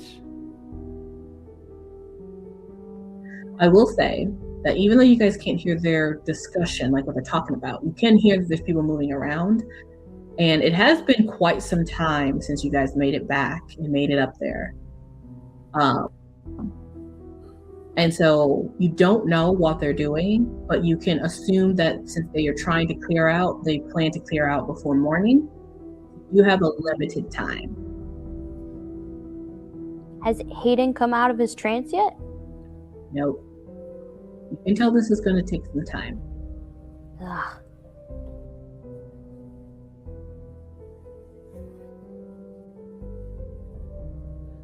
Could you tell how far that barrier extended? I don't know, could I? I'll say yeah on that roll. It is basically over the main area, that main lobby area that you guys walked in before. It's specifically over that area and one of the offices. And you can assume that it's Dr. Helmuth's office that she has in this building. Hey guys, it's over the lobby and the office, so it's not down here. But I think there's other offices. I could make a noise in one of those offices. I'll say probably in you guys' original look around, you did see that there are some vents. They're just small. But they're regular air vents. Are they Ebb-sized? They are not Ebb sized. Dang it. No, they're more like mini Ebb size. So Sploop-sized. Yeah, your familiars could fit in there. Hey guys, do we want spies? Yes. A distraction would be more nice. Juni says that she's trying to keep Hayden from deteriorating. Okay. No, hold on. If we distract, what kind of distraction?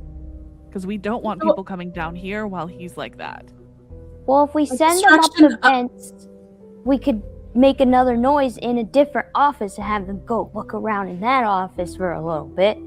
We need to slow them down. So, I don't know, you could make a big, you could send someone up there to make a noise. You could make a herd of children ghosts outside of the building, something. God, you are snippy. Excuse me, she like looks at you, her eyes are glowing. She's like trying to channel magic at this point she's trying to channel magic into Hayden to help him speed up these visions. Well, get on a little busy. We're going. I'm gonna send Sploop and like watch through his eyes to try and figure out what distraction we can do. Okay. When you put him inside, it just basically just goes up to one of the rooms, and I'll say it probably goes to the room you guys were in earlier when you overheard and learned that the 3 kids were dead. So it's like that, like back mail room where the assistant was. Are there people in that room? Or is it like empty? I'm gonna say as Sploop kind of like is at the grate. Can you hear through Sploop? Well, it think so. depends on if we're using the D&D term of familiar. Because no, Well, okay, you can't see. Sploop can't see anyone in there. Sploop can't see anybody. No. I'm Okay. gonna say that Professor Hopalophagus goes too. Those ears are gotta be good for something. Okay. With both of you in there, Sploop can't see anybody. Hopalophagus can't see anybody, but his ear does twitch. So there's something maybe inside of there, something that has a very quiet sound.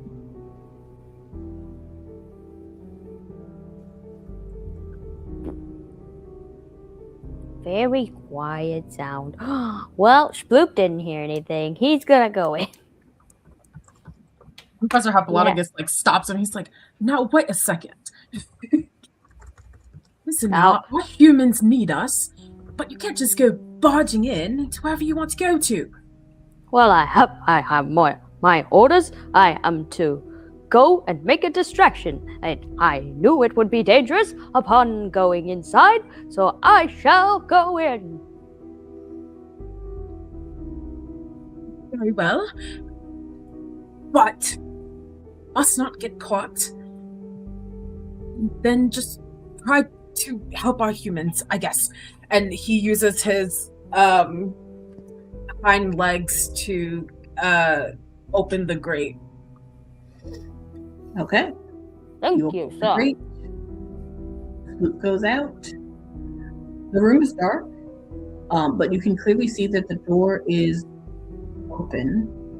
In fact, it's like held open because they are coming through the different doors and bringing stuff out. But when you go in, Sploop, you can feel that there is complete silence in here. So you can't hear footsteps of you or Hopalophagus, and you guys can't hear each other. Ooh, so there's a magic silence spell in here. Was there? I think Hopalophagus thumps his foot on the ground to see if he can at least feel the vibrations, even if there's no noise. In a way, you can feel the vibrations. Yeah, you can feel your leg. He gestures to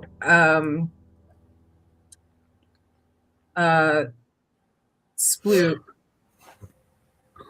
just like making like shoving motions to like push things over, because he thinks that if they can feel the vibrations, they'll know something is going on and come and check. Okay. Okay. It's a mail room? Yeah.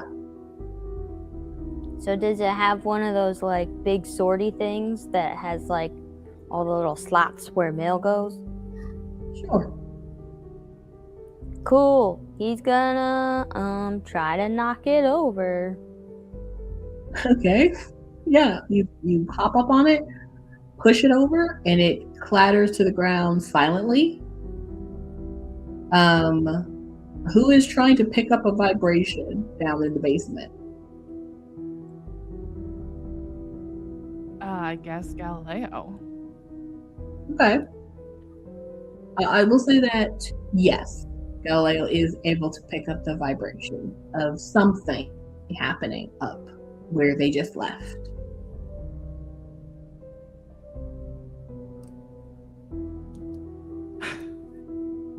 And that's how that happened. Cool. He just kind of looks up at the ceiling and shrugs. Yeah. And like with one wing is like gesturing like, they did something. Hopalophagus is upset this is not working the way he envisioned.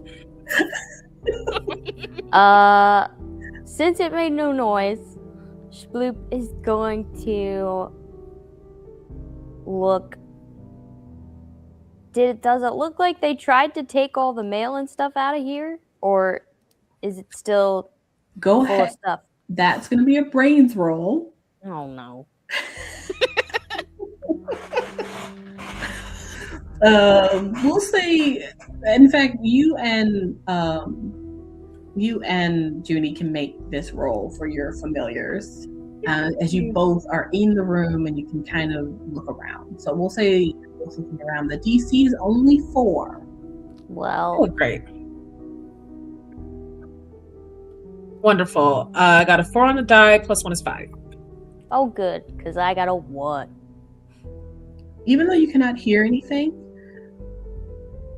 no, it doesn't look like they took anything out of here. However, you both can smell gasoline or maybe kerosene, and you also notice that some of these papers are wet, and some of the floor was at some point wet, but now is a little sticky. Uh-oh. Uh-oh. We both gotta run. They both run back into the vents to warn everybody they're about to set this place on fire. Nope. As Nope. you two realize that, Bloop is good. Hayden. Hayden, I just sent you something. Sure.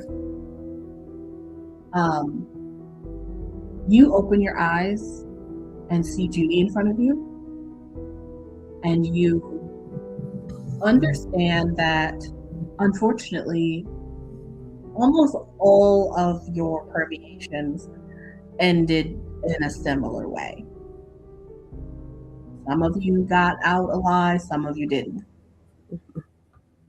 And there's one main issue that is a surprise that you would have never been prepared for.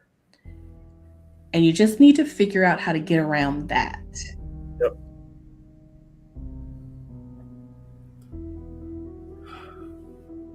You okay? I'm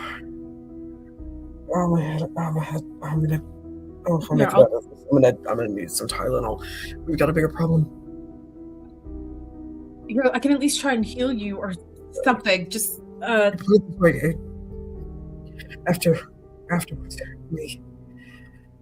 we like I said, we have a bigger problem. What is it?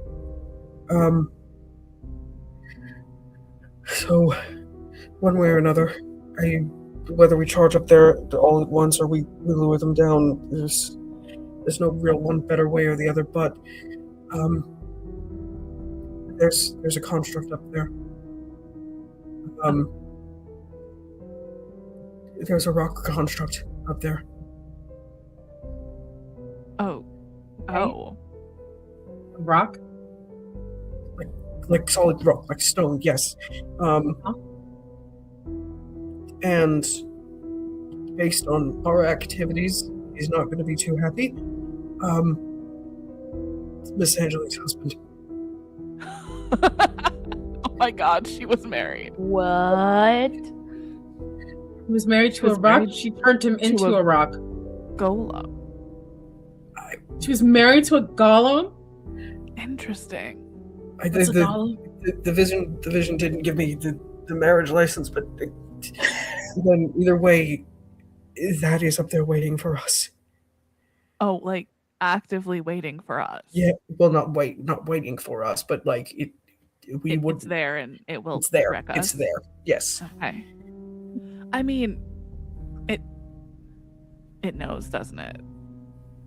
Like, I mean, probably. Like, I feel the way she died, there's no way it doesn't. I mean, well, Helmuth would already killed left the herself. facility. You keep telling yourself that, Juni. Where is this construct?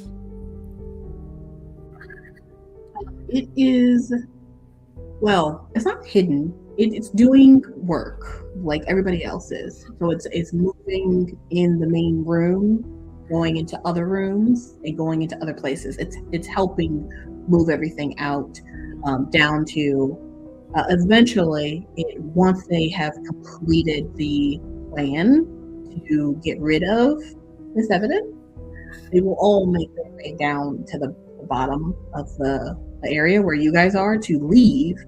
But you know, Hayden, that they are just destroying. So everything they wanted to take, they already took from the facility.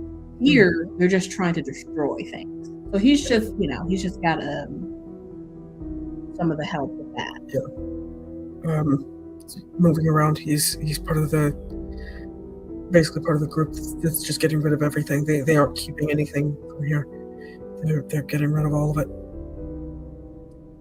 Okay. Does that include people? Because you said that you felt one of the kids here. Yeah. In one way or another, once they're done up there, they're coming this way. Oh.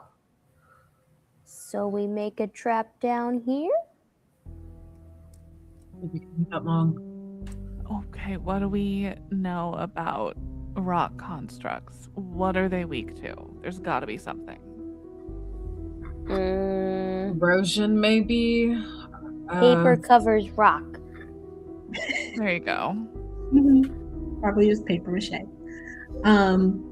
You guys can all make brain rolls, or if you feel like at some point in your past you have studied or talked to someone who had knowledge of those creatures.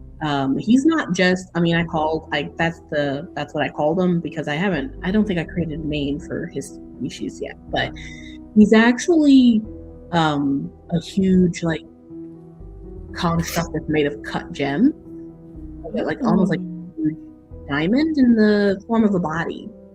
Oh, that's worse. So he's a geode. Yeah. Yeah. Okay, Very great. pretty. Yeah, so he's not even a rock. It's a geode. Okay.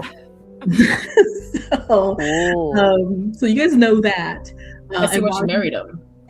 So you can make I'm your girl's best friend. I did. You make rolls to either charm or brains. While you all are doing that and having this conversation down there, Hopalopicus and Sploop, you two realize what's going on. Turn on your tails, and you rush back to the grate, only to see.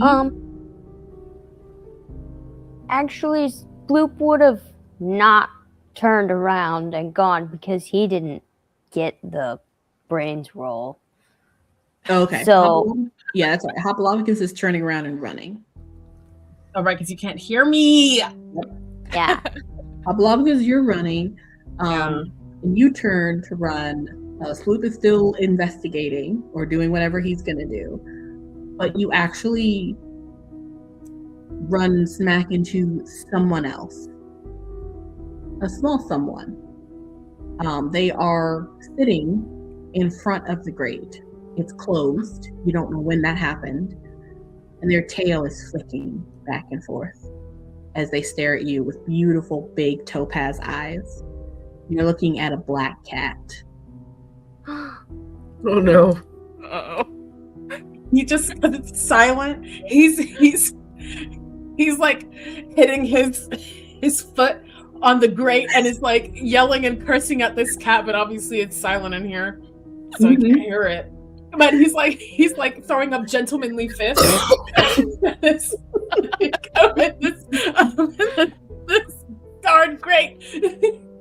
Where is Sploop in this moment, as he doesn't even know what's going on with Hopalopicus, probably? Well, he saw that there was still stuff all in this room, so probably nobody came in here, and if nobody can hear us here, then he can't make a distraction, so he's headed for the door to get out of the room to head to where he can make a distraction. Okay. Like I said, the door is open. It's propped open in it opens on the inside, so it's inside of the room, and so you're able to just get to the threshold and kind of look out. The place is not dark, but all the lights have been turned off. And as you get down to the ground, get to the threshold, and kind of look around, and because you're small enough, I'll say you are able just to look around. You're able to kind of get a scope of what's happening. There are a couple of random guards that are clearly from the facility that are like carrying boxes, throwing them to like the sides of the big lobby, and you can see someone walking around with a canister as they go into different rooms, and they're splashing this liquid over everything. And you kind of hear them kind of talking back and forth about like plans and like timelines, and they're doing things very quickly.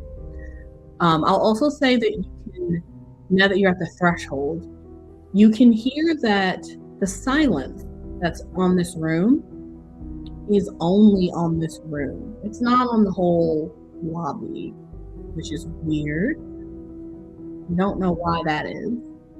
So you can hear what they're saying in the lobby. And you can also hear past the lobby. You can hear Dr. Helmuth. She has a loud voice when she wants to be. And she is here, and she is giving orders to someone you can't see because they're in another part of this lobby area. He's gonna psychically connect to Ebb and just kind of be like, hey, I don't think a noise distraction's gonna work because they're already making a bunch of destruction, so we need another plan. So he's gonna head back for the grate. Perfect. Ebb, down in the basement, you get this reply. Dang it, that's not gonna work. Guys, apparently there's a bubble of silence on the mailroom, but not anywhere else. And also, they're destroying everything, so the noise distraction isn't gonna work. We gotta do something more flashy and crazy. I like the ghost kid idea. That was a good idea. Thanks. I don't know. Okay. We just need to find something that's going to distract them. Ebb and Juni, go ahead and roll fight. Uh-oh. Fight? Fight or flight? Fight, as in I fight you. I fight you. DC is a 12 plus 2, 12, 13, 14. Not right. I'm gonna spend a bunch of adversity tokens. 7, 8, 9. So I need, what was the number you said? 14. 10, 11, 12, 13, 14. So I gotta spend 5. That's Okay. 7 plus 6 is 13. I'm adding an adversity token for 14. Okay. I spent 5 to get 14. All right. You guys can continue talking. That's not comforting at all. Wait, yeah, then what happened? Oh, Okay, we have to think of something and fast. okay. If they've already moved out everything they want, and they're just destroying things now and planning on torching the place and getting out, what do we want out of this? Do we want them? I know you want them dead. I agree with you. I also want them dead. But We need to find out where they're moving things. Yeah, where the information going, because without it, I mean, we have some proof, but we don't have enough proof, I don't feel, to find the kids that they have kidnapped. so we try to want be. most of them dead and a prisoner. But also, they had all those clones and all those tanks. They could just, like, bring the clones and, like, take the kids' souls, and, like, then it doesn't matter where the kids are, right? We could try to become the guy that you neurotoxin to come upstairs, tell them that there's somebody in the tunnels, and help them move things again. We could do that. Yeah. And at least somebody's upstairs. Yeah, we gotta get somebody upstairs. Could try and turn into a weird rat thing again. Don't know if they're gonna know if it's good to be small with a giant rock construct upstairs. We need both information and to stop them. figure out where they're going. You can volunteer. We can't just stay down here. You see that Juni's getting antsy. All right. Juni and Ebb, go ahead and roll another fight. Oh, God.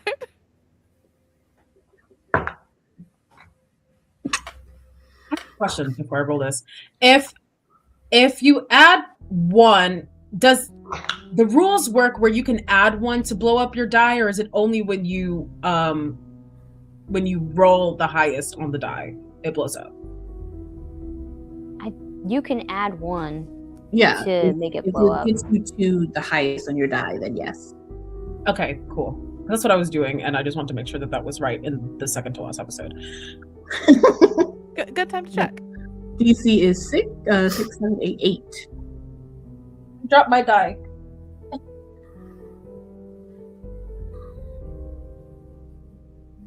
sorry, what'd you say the DC was? 8. 8. Okay. That's...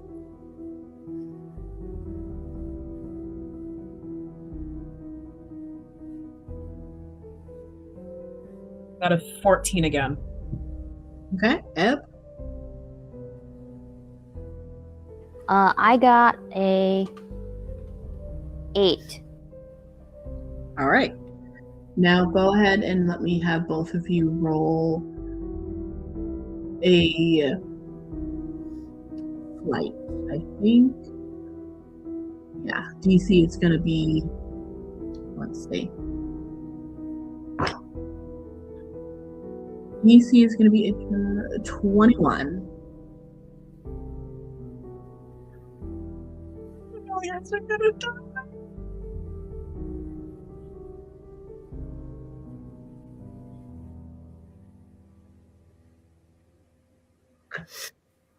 What do we get? I'm not gonna make it. That's a 4.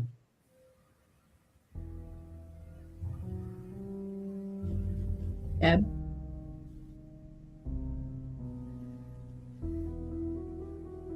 I got a 9. What was the number I needed? 21. 21? Yeah, I'm not getting that. Okay. You can continue talking. Okay. I guess this is the plan that we've got. I'll pretend to be the security guard. You want to pretend to be the security guard? Yeah, if I get caught, I'm better at fighting than you. Yeah, but you also have a mind connection with Dr. Helmet. Maybe Oh, that'll yeah. work in my favor. He might have as well. If someone walks up there without that connection, she might wonder. Or she's gonna immediately know it's you. Assuming... And then she'll be like, oh, my sweet Gia. I'm glad you finally joined us. I've been Okay, wondering where you were. She's not Angelique. She's never been that nice to anybody ever. I have a question. Mhm. Was there any other split offs of this tunnel that we found into the basement, like that would lead up to outside of this No. house? No. Nope. Oh. I will say at this point, Hopalopicus and Sploop, you two return to the group. You look a little worse for wear, but you look like winners. You're a little scratched up, but you look good. However, the feline who had put up quite the fight there was able to evade you and run out of the room. You don't know where they went. Oh no. That is, you see Hopalopicus talk for the first time. Well, you guys. He's like, there is gasoline everywhere. They're planning to burn the place down. Mistress, I'm sorry. I have failed you. There is a cat on the loose. I am unsure of whose familiar they are, but surely they are enemies. I am sorry. She got away.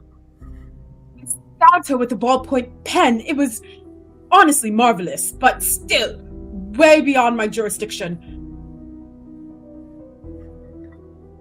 Tanya, do we know somebody with a cat familiar? I don't believe any of you do, actually. Yeah. Dang. No, and I don't even think you could roll to know that, because I don't think. Well, no, because you didn't get into. I will. You know what? I will say maybe Juni. Yeah, what are the vibes of this Have cat? to be a high brains roll. What are the vibes of this cat? It had what colored eyes? Topaz. Topaz colored eyes? My bad. That's not even close. Oh, yellow. That's Mhm. got to be Dr. Helmut's cat. Nah, it's Angelique's. She's a cat lady.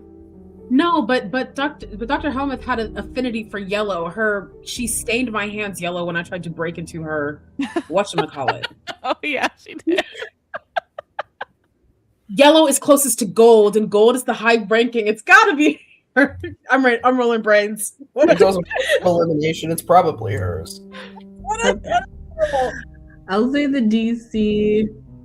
We'll make the DC a little bit better since you're making connections. So let's say 6.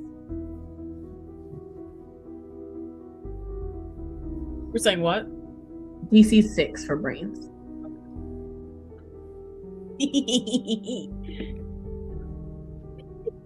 That's crazy. Oh my god. Oh my god. Wait. Okay. What'd you get? That is going to be a 31. Wow. Oh, That's what I'm trying to figure out who It's this such a familiar is. crazy high roll. Thank goodness you'll probably know get the another one of cat's those name. later. Well, yeah, it's Dr. Helmuth's cat. Congratulations. What a Hey, waste so of a smart. brain. Okay, but what's the cat's social security number? yeah, like What's his mother's maiden name? You know that was definitely Dr. Helmuth's familiar.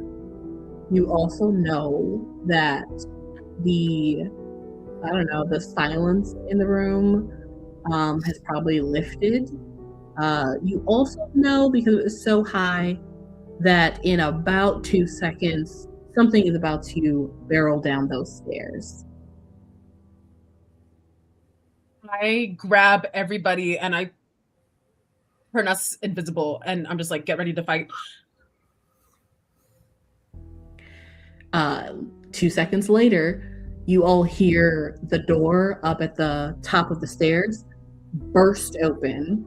The wood shatters and falls down the stairs. Good.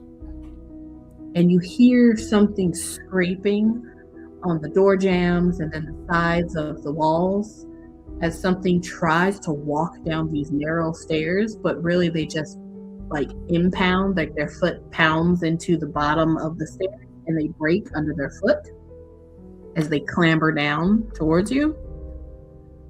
But you hear behind them, "Children, you've made it. Well, congratulations.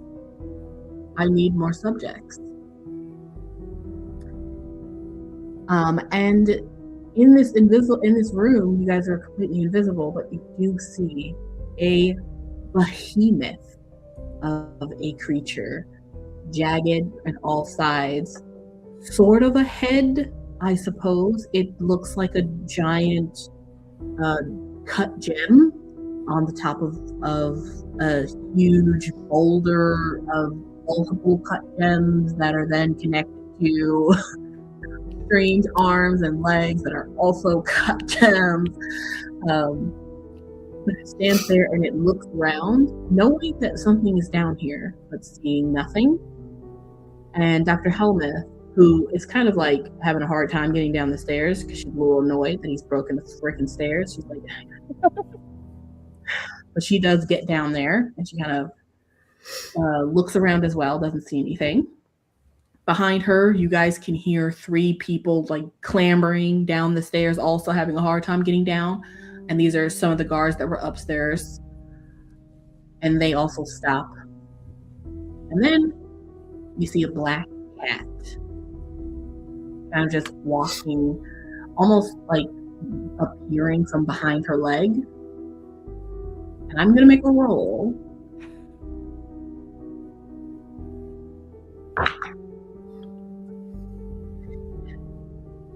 The cat looks around. Ah, no. Yep. Snip us out. I'm going to say it doesn't see you as much as it meows, knowing that you're here. And so, Dr. Helmuth, you see her put her hands up and she snaps her fingers. And the barrier that was only in the main lobby kind of like reverberates and comes down to the basement, which means casting magic will be a little odd down here now. Come out, wherever you are. And she kind of looks back at the three. Go to the 4 corners. Take a sweep. What are you all doing?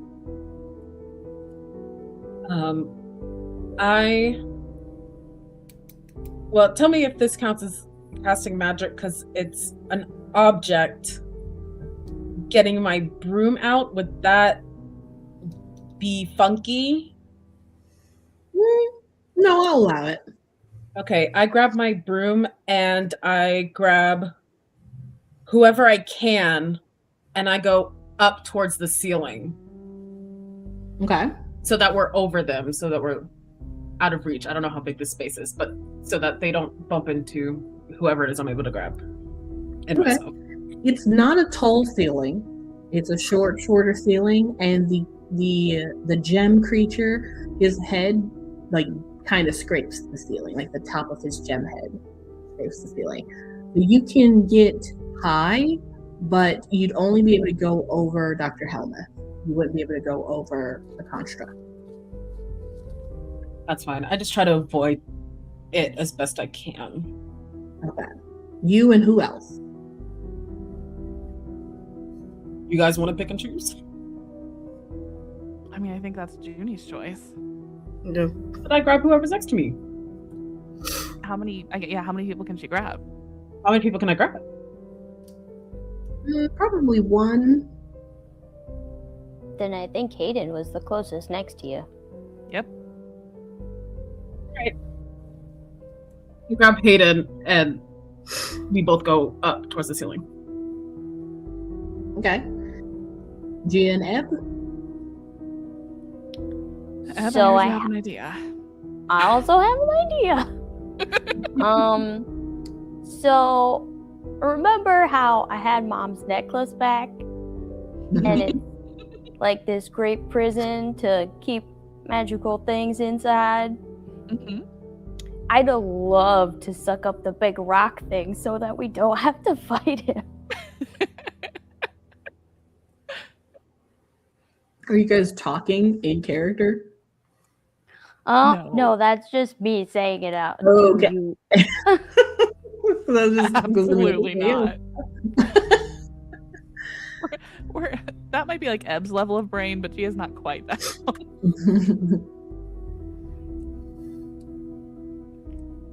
Yeah, so I want to take out my mom's necklace, and I want to try to pop the rock monster into my Polly Pocket necklace.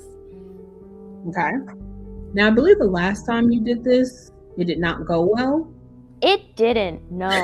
She ended up in the necklace. I ended up in there, yeah. And in between then and now, I don't know. I don't think you've learned how to use it still.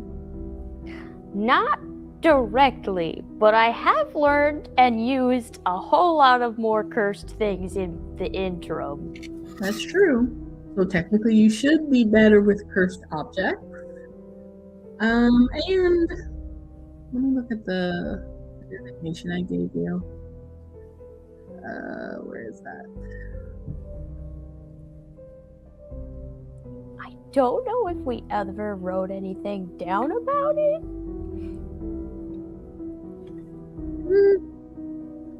Okay.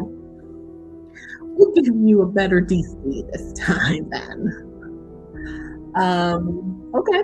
So that's your plan. You're wanting to do that. Now, to do that, you're going to have to get close enough to it. So first, you're going to want to move over to them. So I'm going to ask for a flight to see if you're able to do that quietly. Okay. And it's not going to be a flight against the construct. It's going to be a flight against the cat. Yep, that sounds right. Okay. You have to beat an 18. Oh, God. Okay. Oh, no. Okay. Plus 2. 6. 7, 8, 9, 10. How much was it? 18. Oh, no. I can't get there. No, so that's a 6. Okay. Gia, what are you doing? Panicking. I don't have my backpack, do I? I don't think so. That's a shame.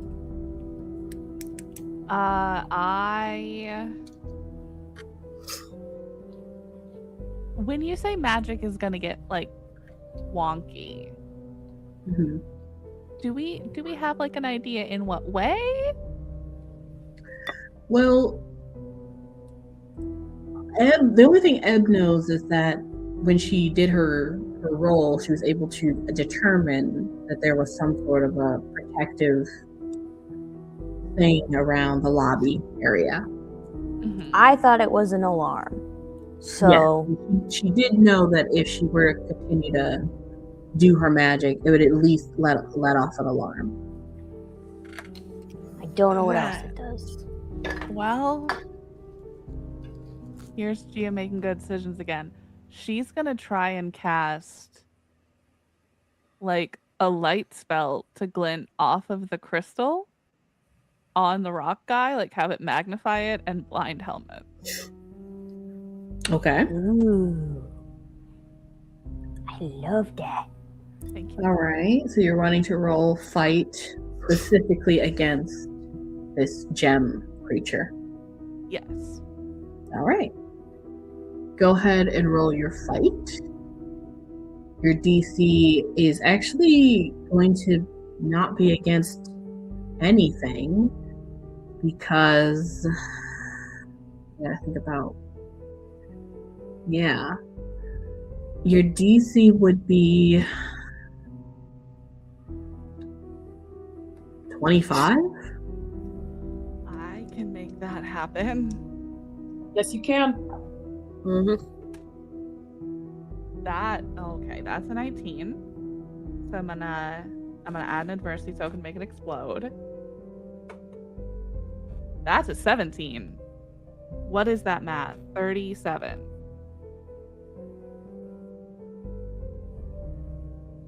37. So you're trying to use a beam of light. That's crazy. Yes. Is this real light or magical light? I don't know that I have a way to create real light, so I think it has to be magical light. Okay. What do you want to happen? Well, I would like 2 things to happen. I would like to use my hex on the rock creature, and I would like to have that beam of light bounce off him, magnify, and blind helmet. That is my dream. Oh. Okay. Interesting. Okay. Well, we have someone using their hex for the first time. Unlike your hex cards that you're given, when you choose to use these hex cards on an opponent, you may out loud so that everyone knows the effect. that way you guys can plan off of one another. Awesome. My hex is called the Crooked Bone, and I get to play this card when I successfully hit a target with a spell or attack. The joints of one enemy in sight bend at unnatural angles like branches snapping in winter. Effect. Oh, The target, it's so bad. The target's body twists under ancient witch magic. The target's brawn and fight dice drop 1 die size, and the target must make a grit check, difficulty of 12, at the start of each of their turns for 3 rounds. Wow. Okay, let's just fight the rock thing, and then we'll capture Helmeth in the necklace. So his brawn is a D20. His brawn would be 12. And what was it? Fight? Yep. His fight would be 8. Okay. And then his a grit check. If he does now.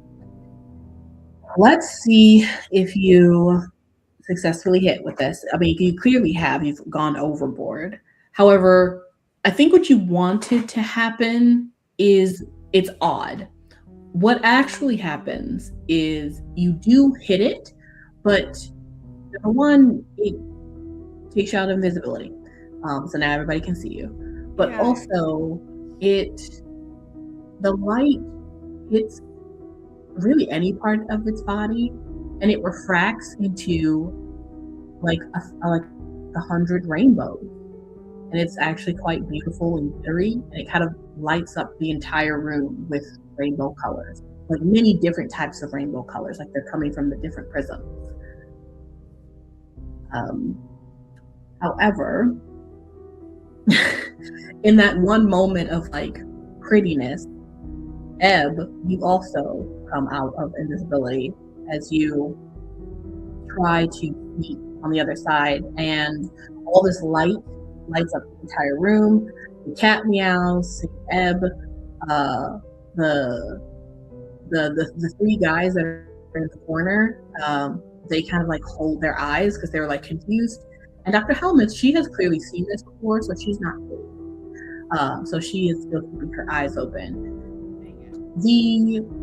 Because this creature technically doesn't have actual like inner bones, instead of its legs and its arms and things like cracking and twisting, it's more like you see fissures of cracks that are created within the different parts of its gem body, like all the way across its back and its chest and up its leg. And you literally can hear, because little tiny crystals drop to the ground in like a clinking sound, you can hear as pieces of him crack off and fall to the ground. And it makes a nails on a chalkboard scream sound. I'm gonna go ahead and do a grit check. Let's see. I think it's only a D6. Oh, is it the start of his turn now? He only has to make it. No, I'm just getting I'm gonna get the dice, because obviously when he gets hit, he's going to respond. But I don't think he's gonna be able to really like hit you. He's just going to respond out of pain. So it's going to be whatever is closest to him, which is going to be Ebb and Dr. Helmeth. Oh, yes. But let's see. I mean, his difficulty is 12, and he only has a D6. So let's see if he's able to keep it together to like swing wildly and hit them. Nope, it's only a 5. Okay. So yeah, he is swinging wildly as he's in pain. Different parts of him are shattering and falling off of him. And Ebb, you are now visible. Gia, you are now visible. And Dr. Helmeth now has you both in her sight. What's everybody else? I just really quickly flip her off. Yeah. Okay, go ahead and make a grit roll. Oh no! Let's see. Hold on. I'm gonna get her stats. What did you say you do? I flipped her off, and now you know what? I flew too close to the sun. No. The consequences of your own hubris. She's distracting her for me. Yeah, that was my plan the whole time. Yeah. You're gonna roll a d12 with a +6. She's gonna do that? Mm-hmm. Okay. And this is gonna be her fight. Oh no! Hey. I feel like that felt like a disingenuous. Oh no. That felt like an explosion. That's what that felt like. That was an That's explosion. unfortunate. I felt it in my soul. Right. DC is a 17. Dice can explode multiple times. Yeah. That's a 3, but I have +3 to grit, so that's 6. Okay. You flip her off, Mm-hmm. and you watch as half of your middle finger slips off of the bottom half, and you begin to bleed from your finger, or from what's left of it. As in just like a second, she kind of like just flipped her hand in your direction, and basically like a knife. She just goes, now, language.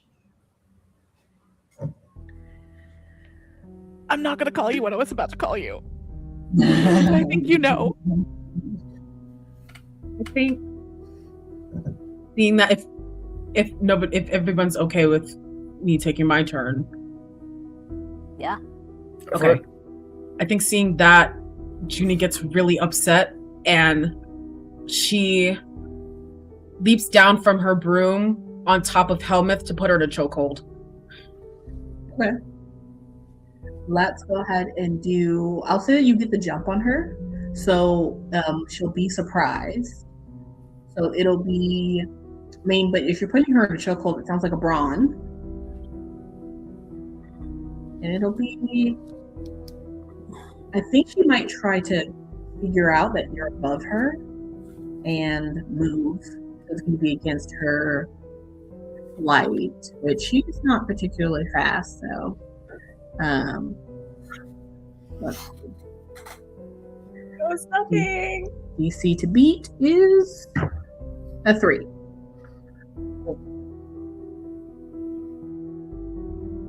Yeah, I got a 5. I'm adding an adversity token to blow up.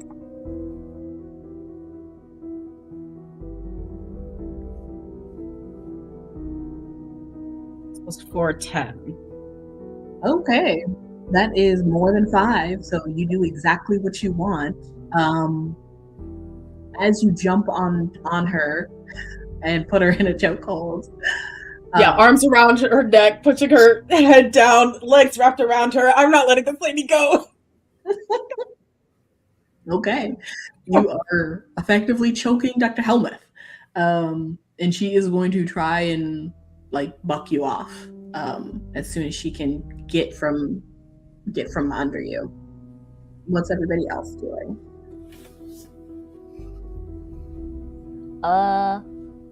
Can I try to use my necklace now? You can again, yes. Oh, I didn't before. All I did was You tried to get close. sneak. I tried to get close. Yeah. But now I'm close and also visible. Yep. Good. I'm gonna change targets and try to get Dr. Helmuth because I feel like if we get her, we can stop this. Please don't suck me up in this thing. I'm gonna try not to. Okay. What did I ask for last time? Probably. You asked. Oh, originally? Yeah. I think it was a charm to convince the thing to let me use it. Oh, yes, that's right.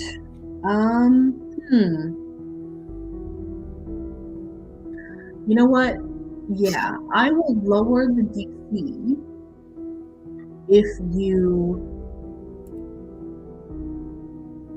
I'll lower the DC because I think in your head, as you do the charm spell,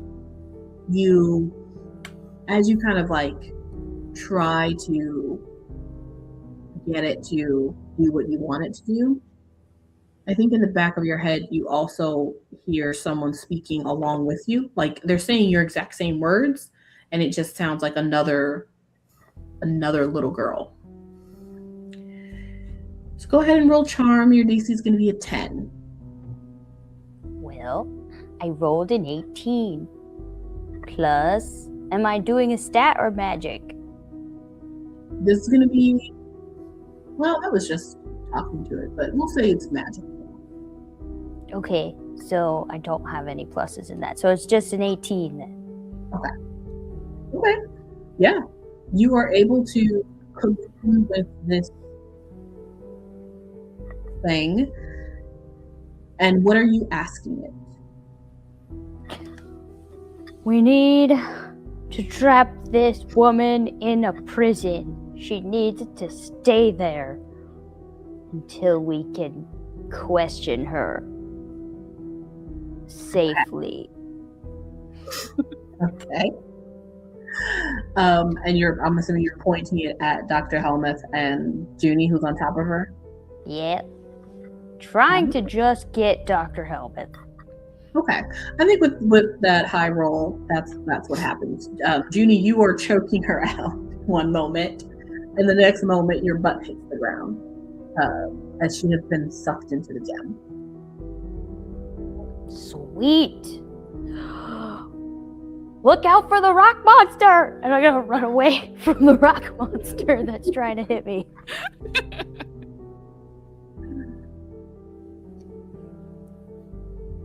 What is everyone doing as indeed the rock monster does kind of get himself back together? He looks badly injured, but he also kind of looks like he is about to go on a rampage. In fact, he is going on a rampage right now. The closest people to him, since Ebb ran away, is now Juni, because Dr. Helmuth was right next to it. And so they are going to just they're just going to take their hand and whack it down. And that's going to be their brawn. And they're still... I need to do a grit check. See if their brawn stays the same. Oh, it exploded. No. But still just a 9. And so they are rolling a d12. What do I have to roll? Juni?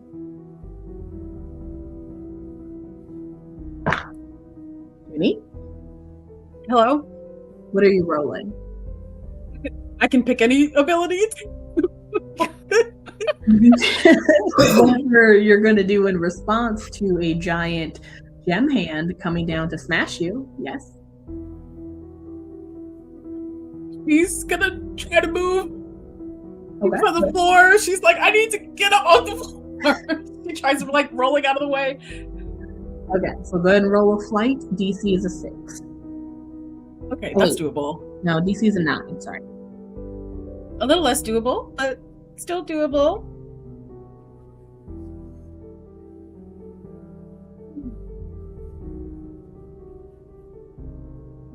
Oh, wait. Oh, no, right.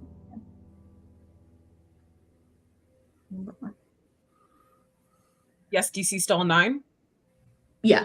Sorry. Okay. All right, I rolled 5 plus 6. Ooh. Hey, Tanya, there's a quick message in chat. What? Oh, just Tanya, there's a message in chat question. What chat? The studio chat.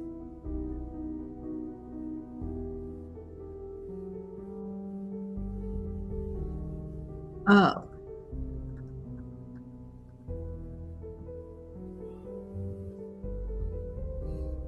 Okay.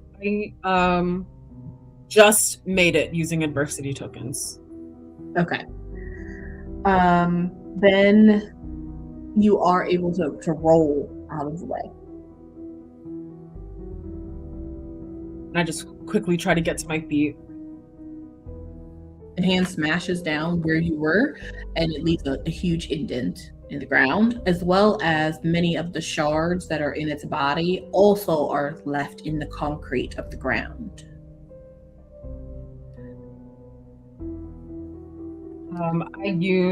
I rebuttal and using magic, probably just some telekinesis or something, I grab the shards and start spinning them around me and shooting them back at him to try and cut him with his own body. Okay. I'm assuming you're using magic to do this? Yeah, I guess, yeah. Okay. That sounds like a fight. Oh, my D4. And I think they're just gonna take it. So DC is gonna be just a 10. Oh, okay.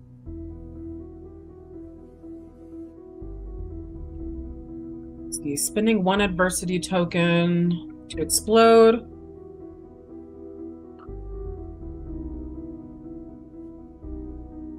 Five plus 6, 11. Okay. Yeah, you're able to. What does it look like? The shards, she like waves her hand around and the shards start spinning around her super, super rapidly, and then she shoots them back at the construct, and they just like go through him, creating more shards. Like just like piercing him and like shooting through him if possible. Okay. It does go into him. It doesn't go through. But it kind of looks like some of them stick into him, but then they kind of like he's able to brush them off, and then other ones kind of look like they're giving him paper cuts. Right, wonderful.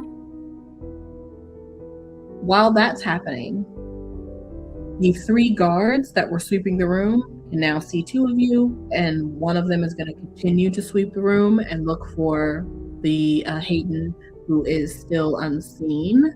And so that guard is going to roll a brains to just kind of see if he can scout the room. They're not very smart, but he's a D6. So Hayden, you're going to roll whatever you're doing. Either you want to stay hidden or you want to fight. Or you can just, stay hidden. So I'm going to ask something, and if this reveals me, it reveals me. That's totally fine. Because at the same point, also seeing Juni get attacked, he's probably going to go on the offensive pretty soon. But what are the chances? Because reading this, it would be very thematically appropriate that you would allow me to use my hex card initiated through my familiar. Mm-hmm. Yep. Because I'm reading what this hex would do, and I'm reading what we've given Argos, and I'm like, these thematically fit together very well. Mm-hmm.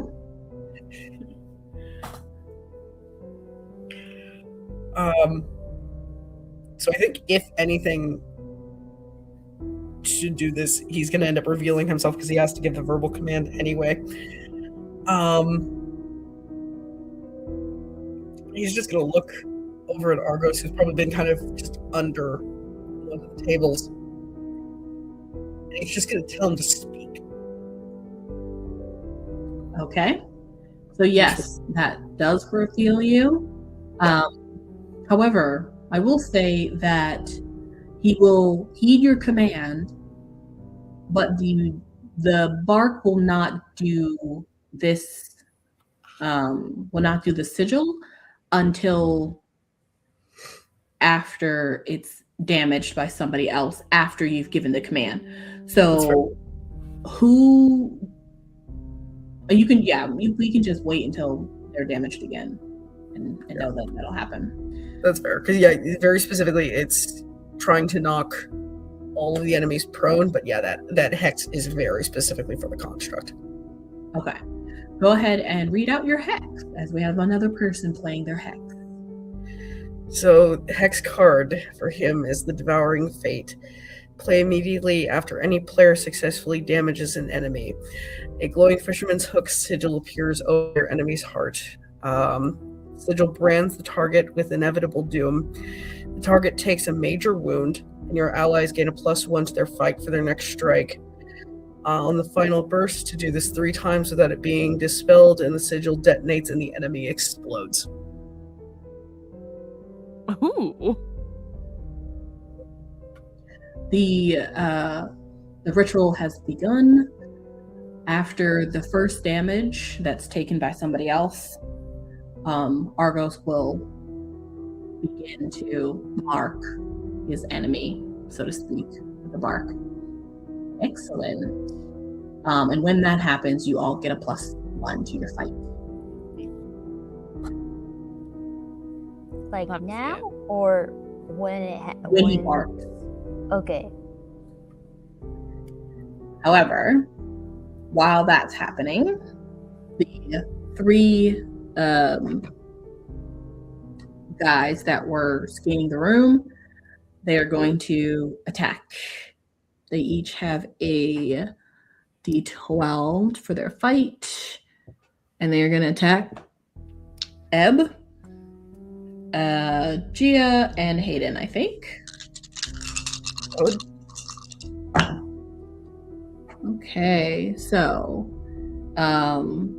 Ebb, your DC, this is a fight, and so it's against whatever you're doing. Your DC is going to be a 12. Great. Hayden, your DC is a 7, and Gia, your DC is a 4. Could I fight back at them? Mm-hmm. Yeah. I guess I'll tell you what I'll do and tell me if I can get away with fight. I would like to see this person coming at me and like redirect him so he slams his head into the golem. Okay. Nice.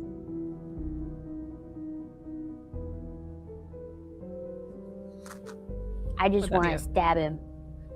Of course. Hey, if it's not broke. Yeah. I'll fix it, yeah. Yeah. I met it with another 12. Okay. Yeah, your guy comes to you, and again, kind of like the other guy, he's trying to like grab you. You're very short and nimble, but he's trying to like grab you, and you give him the old stickaroo. And he goes down for the count. I got a 13 to smash head. Great. What does it look like when you? So you said you wanted to redirect him, and he just hits the wall. The golem specifically. Oh. Okay. I will say with that roll, you are able to redirect him toward the golem. I'm going to roll for the golem, who is going to swat him away. Let's see if he survives. That's your team, man. D12.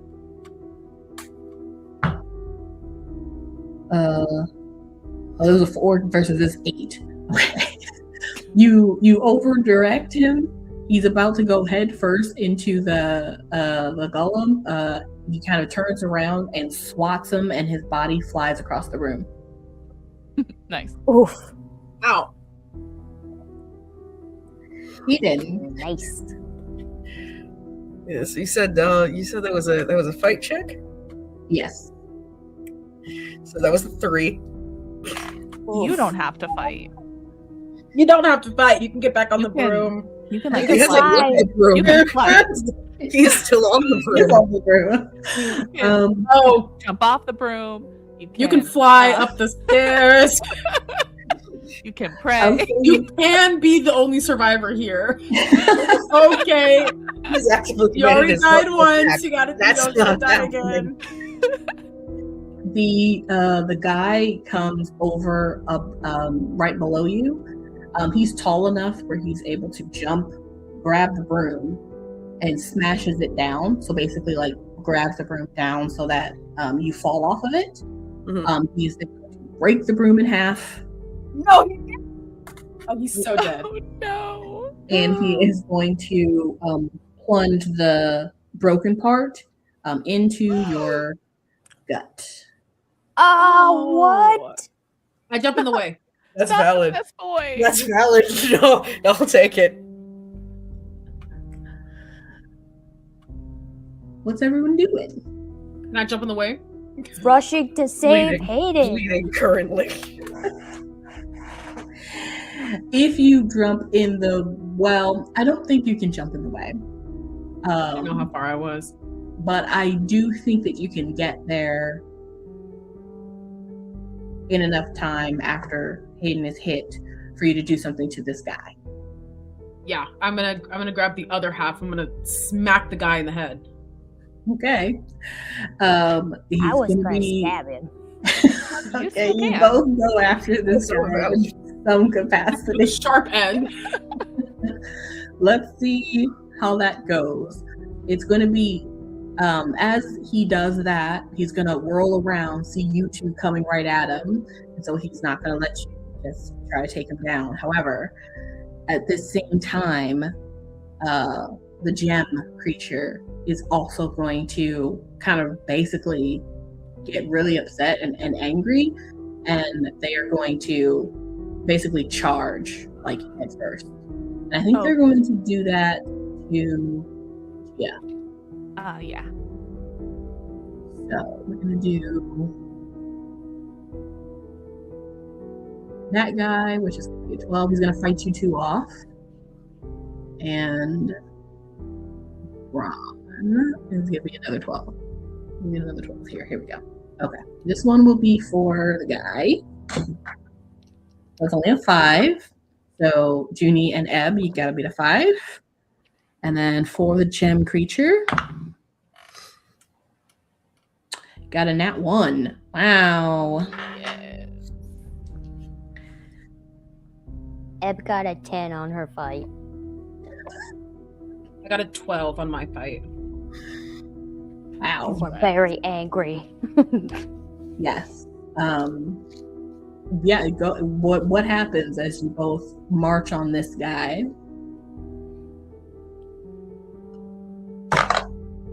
You hurt our bestest boy. You shall suffer.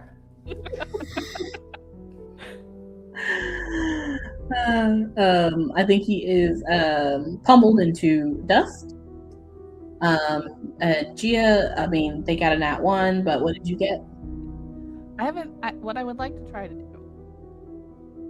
is, so with certain sound frequencies, crystals shatter. Mm-hmm. And I have a bat. Mm-hmm. So with our powers combined, I would like to react to his nat 1 by shattering as much of him as I can. Okay. Go ahead and roll. Sounds like a fight to me. No, it's only a 12. 13 is the plus. Okay. Yeah, you do once again see those fissures. They get like bigger and deeper. There's a huge mass of a person. So you are making like heavy cracks that are clearly hurting it. As it kind of like staggers back as it was just charging at you, as more of those fissures are seen being created throughout its body. Would that activate Hayden's hex? It doesn't necessarily activate it, but it is about that time where it would be, because you hit it. Yes, Yeah. it would activate Argos. Yep. So with that, for that bark, for the construct and the other 2 guards, that is a DC 10 grit check to keep standing, or else they are not a problem. I have to make a DC 10 grit check. Yes.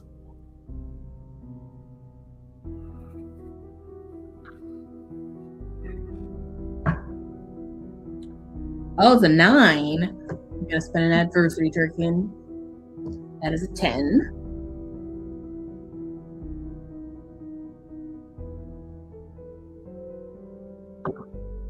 It's 15.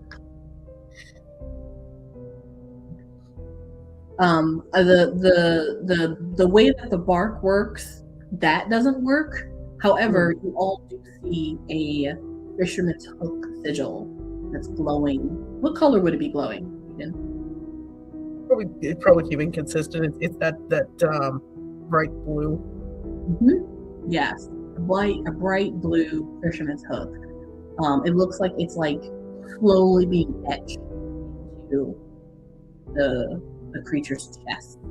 He doesn't feel it. He doesn't know that whatever Argos did try to do didn't work. It's still focused on Gia. Ebb and Juni, your guy is on the ground, but so is Hayden. I'm immediately trying to heal Hayden. Okay.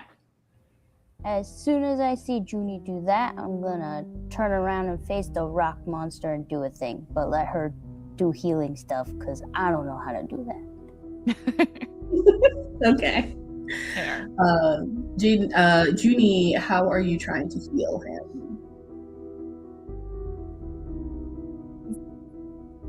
Calling upon the greater beings inside me, the stars and the breath of life and love. Okay. And what would that look like for a wound? It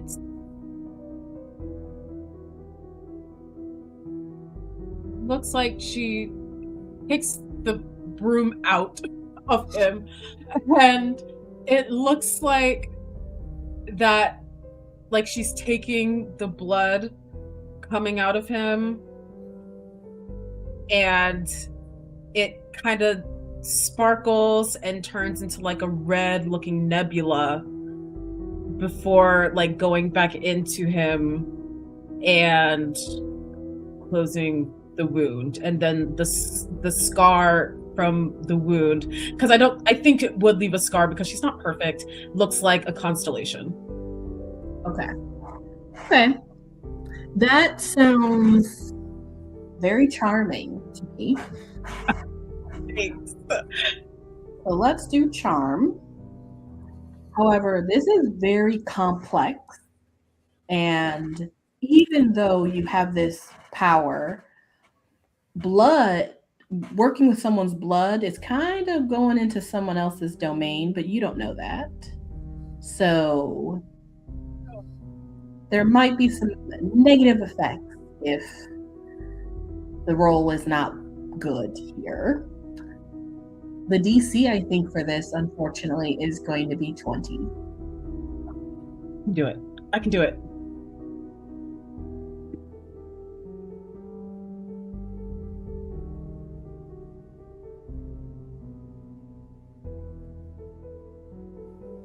Uh, 20 exactly.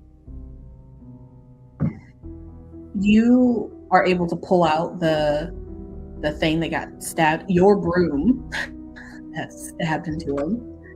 Be really upset.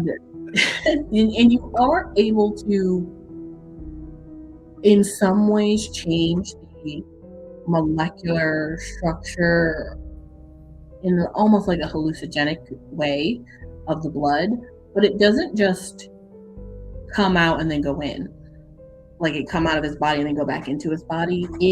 Your hand is over the wound, and you can see the blood kind of like sparkle, nebulous, with a nebulous sky in it, but it also like seeps into your skin, and you can feel it being absorbed into your body.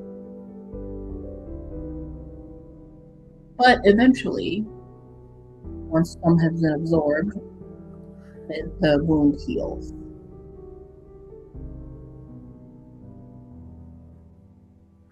I think she makes like a little wince and like a grimaced face as she feels the blood seeping into her skin, and then lets out a little breath of relief when she realizes that she has healed her friend. She just kind of looks at her. Just gives a small laugh, like, we really need to stop meeting like this. You need to take some karate lessons. Get up. And she pulls you up. Hilarious. For the audience at home, Juni does not know when somebody is flirting with her. As you guys get up, the gem creature is going to try and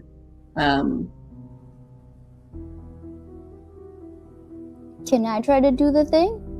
yes. So as it's about to ram Gia again, what does anyone want to do? But Ebb, what are you doing? I want to take out my jar of emergency seawater, open it up, take out my wand, and be like, "Hey, rock monster, you know what destroys everything eventually? The sea!" And I'm gonna throw my water at him and use my wand to send the water into every crack of his body and then have it shoot the rock apart from itself. Yes. Okay. You're rolling fight, I'm assuming? Yeah, but like magic fight? Yeah, that makes sense. So can I use my magic dice? I don't think he has any type of defense for that, really. Very internal. I guess he would try. I mean, he's kind of in a haze of anger, but I guess he would try to avoid it. So let's do a flight for him in response. Oh my gosh. The DC's 2. Oh, okay. Hiya! Well, that one explodes. So that's 4, 5, 6, 7, 8, 9, 10, 11, 12, 13. Okay. Yeah, exactly what you say happens. You shoot the water through the different cracks. It looks like it's quite painful because it's salt water, and it's going through his body. You can also kind of see that the rainbow prism that had happened before is completely gone, and instead the inside of the gem parts of his body they're like glowing red, clearly indicating that he is more and more pain. And little bit bigger chunks start to fall off of him. Hell yeah. However, go ahead and roll a grit check. Okay. DC is that's a 20. Oh no! Oh my gosh, it's a 19. Oh no! Yeah, I mean, well, yeah, I was gonna add a diversity token. I mean, she's technically still there, but we'll keep it at that. It's an 18. It is a 39. A 39? What? Fuck. DC is a 39. Oh fuck! That's crazy.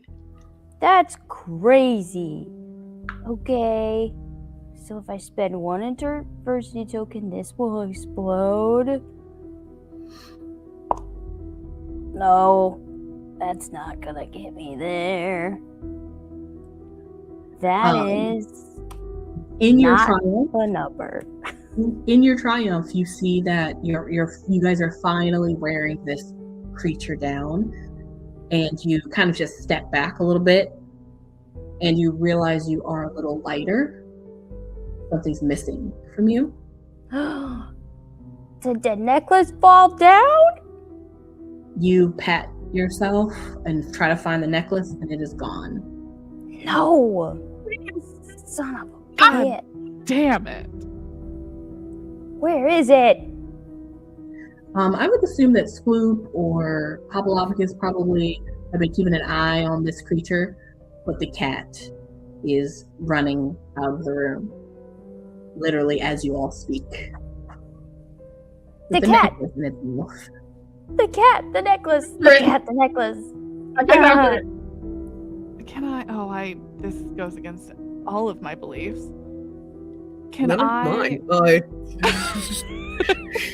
I've got a dog who's a familiar. Like, don't tempt me. Yeah, no, you do it. You do it.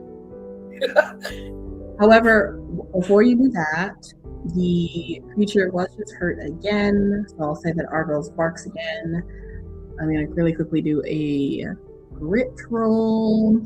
See if I get. Ooh! Oh my gosh. Oh, that did actually explode. 6. Oh my gosh. That's the second time the dice has fall. 7, 8, 9, 10. Okay. Didn't make a 12 still. Okay. And so, it drops every time, so it's not even a 6 now. Jeez Louise. It's a 8. Well, that's still fine. Okay. Once again, you and anyone who's paying attention, that sigil, it just looks like it gets deeper, almost like it's embossed now into the creature's chest. What's everybody doing? Hayden, you got stabbed. What would you like to do? I think especially if you notice that the cat is taking off with that necklace. Barkby Dan, he's sending Argos after the cat, but if anything, he's grabbed his wand. He's trying to probably at least blast one of the other 2 guards, set off some kind of explosion to just kind of shoot at one of them. They're both dead.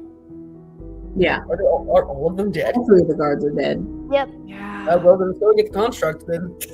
Yeah, it's just, at the moment it's just the construct and the cat making The cat. their the way cat. out of the. Stop the cat. Somebody stop the cat. Yep, he's sending the dog after the cat. Don't worry. All right.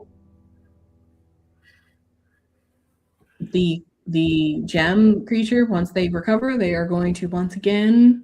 I think at this point, they're going to kind of whirl around and just go for whoever is behind them, and I think that is Ebb and Juni. So they're now going to go for you 2. And this time, I think he is a little apprehensive about just ramming you. And so... Yeah, you better be scared. What is this? This is a 12.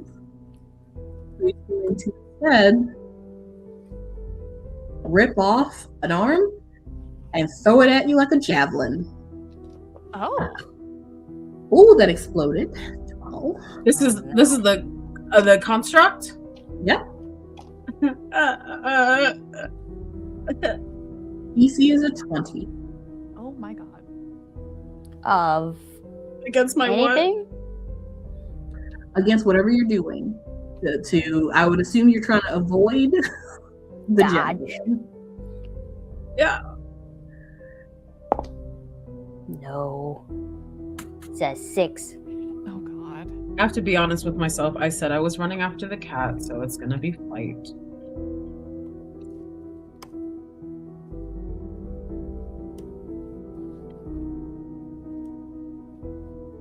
What did you get? What's the DC? 21, I think I said. 20. Okay, yeah. Oh, okay, so that's a 9. Okay. Juni, as you try to book it after the cat, and Ebb, you turn around and see what's going on. You both are basically skewered into the side of this room by and this is much bigger than the broom, a giant, essentially, forearm that is sharpened to a gem point. You're both taking 2 major wounds. Ebb, you are unconscious.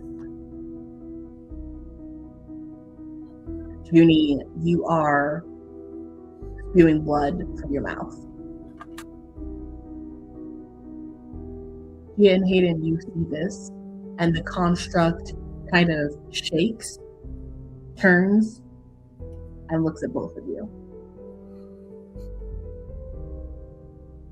I would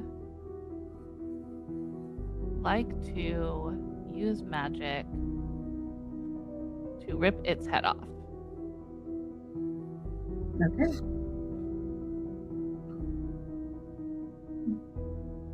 How would you like to roll that? With a fight. Okay. Can I take the 2 telekinetically? I want to take like the 2 ends of Juni's broom and kind of like have them stab into the neck and try and like pop it off. Yeah. Okay. That's gonna be your fight with now, are you doing that with magic as well? Yes. Okay. With your fight, and I think they're just gonna try to just grab you when you jump on them. So it's gonna be against their fight as well. The fight is only a D8 right now. Let's see. Oh, they got a 3.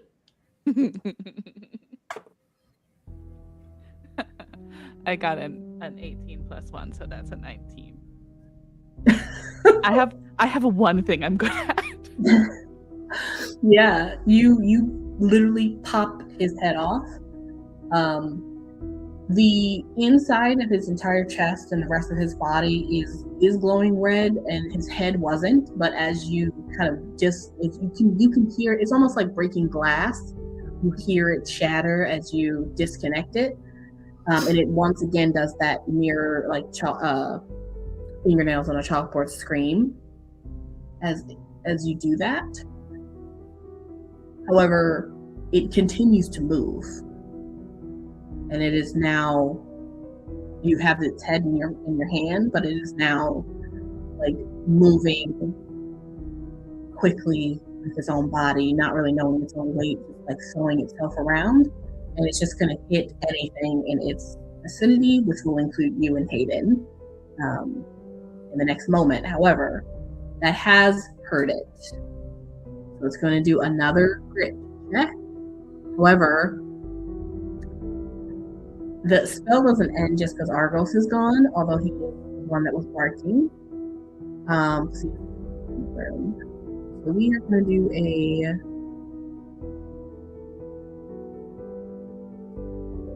grit check here. This is 6. Okay, you got a 1. So he did not make his grit check.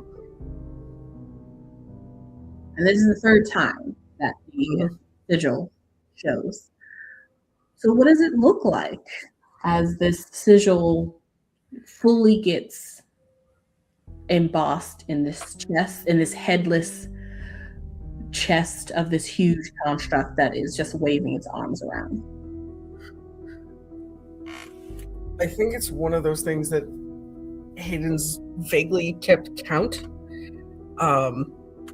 as it kind of through the fractals of the body, that sigil of the hook just very sets in almost perfectly, as if it was etched in to itself. So as Hayden's kind of running both to try and dodge this thing as it's flailing around, but also to get to Juni and Ebb to try and deal with them, he realizes it's 3rd count, looks over at Gia and tells her to jump off before that thing explodes. Let's see how fast you two are then. Ugh. I'm keeping the head. Gia, you have the head. It's flailing around, so you're already off of it. But you both, all of you, are actually in the zone. It's going to be very difficult to not get hit by something, as it basically, the redness basically spreads throughout its entire rock body. The fissures fully crack open, and it looks almost as if like hot steam is like pouring out of these fissures that have gotten deep enough, and it explodes. Huge and tiny little pieces of gem, which is basically glass, in the entire room. Would Hayden's warning give me enough time to try and like create a magical shield of like telekinetic energy around it to try and stop some of that? Yes. I think so. I would like to do that. Now, Ebb and Juni are pinned to the wall. They are not close to either of you. Do one of you want to try to get to them? Hayden was actively trying to, right as this thing went off. I'll say that Hayden is closest. And so, Gia, if you do a protection, it'll grab you, but it probably won't grab Ebb or Juni or Hayden. We'll have to figure this out. Would I be able to cast, like, so maybe instead of a bubble on top of it, cast like a superheated like light wall between Hayden, Juni, and Ebb to like melt and stop the shards as they're trying to hit them? I will allow you to protect them, but you will leave yourself unprotected. I take that. You're still conscious, right? You are barely conscious, yes. I reach my hand out and put a shield in front of Gia as I see her doing this. Wonderful. And I think let's get a flight from Hayden, see how quickly he makes it to Ebb and Juni's bubble. And we'll do a, that sounds like probably a fight or flight from Gianna. And then Juni also a flight or a fight. Fight it Let me see here. Hayden, your DC is going to be just a 5 to actually get to them quickly. And Gia and Juni to protect one another. Juni, your DC is going to be higher because you are bleeding out. But Gia, your DC will be a 7. And Gia, your DC will be a 12. So then that is an 8 for me. Okay. Wait, what's my DC? 12. Mine is 12. Ooh. 12 exactly. Yeah. 23. Lovely. You two are able to cast basically simultaneously protective bubbles as the entire room gets pelted with all of these things. Ebb is unconscious. The cat is out in the wind. Perhaps Argos has caught up with them. You don't know yet. But for now, you guys have won, I suppose. Let's see how this story ends next episode. And I think this is where we will end our session. No! Oh. Thank you all for playing, and thank you all for watching. See you next time for the finale of Happy Camper. Bye. Goodbye. Bye.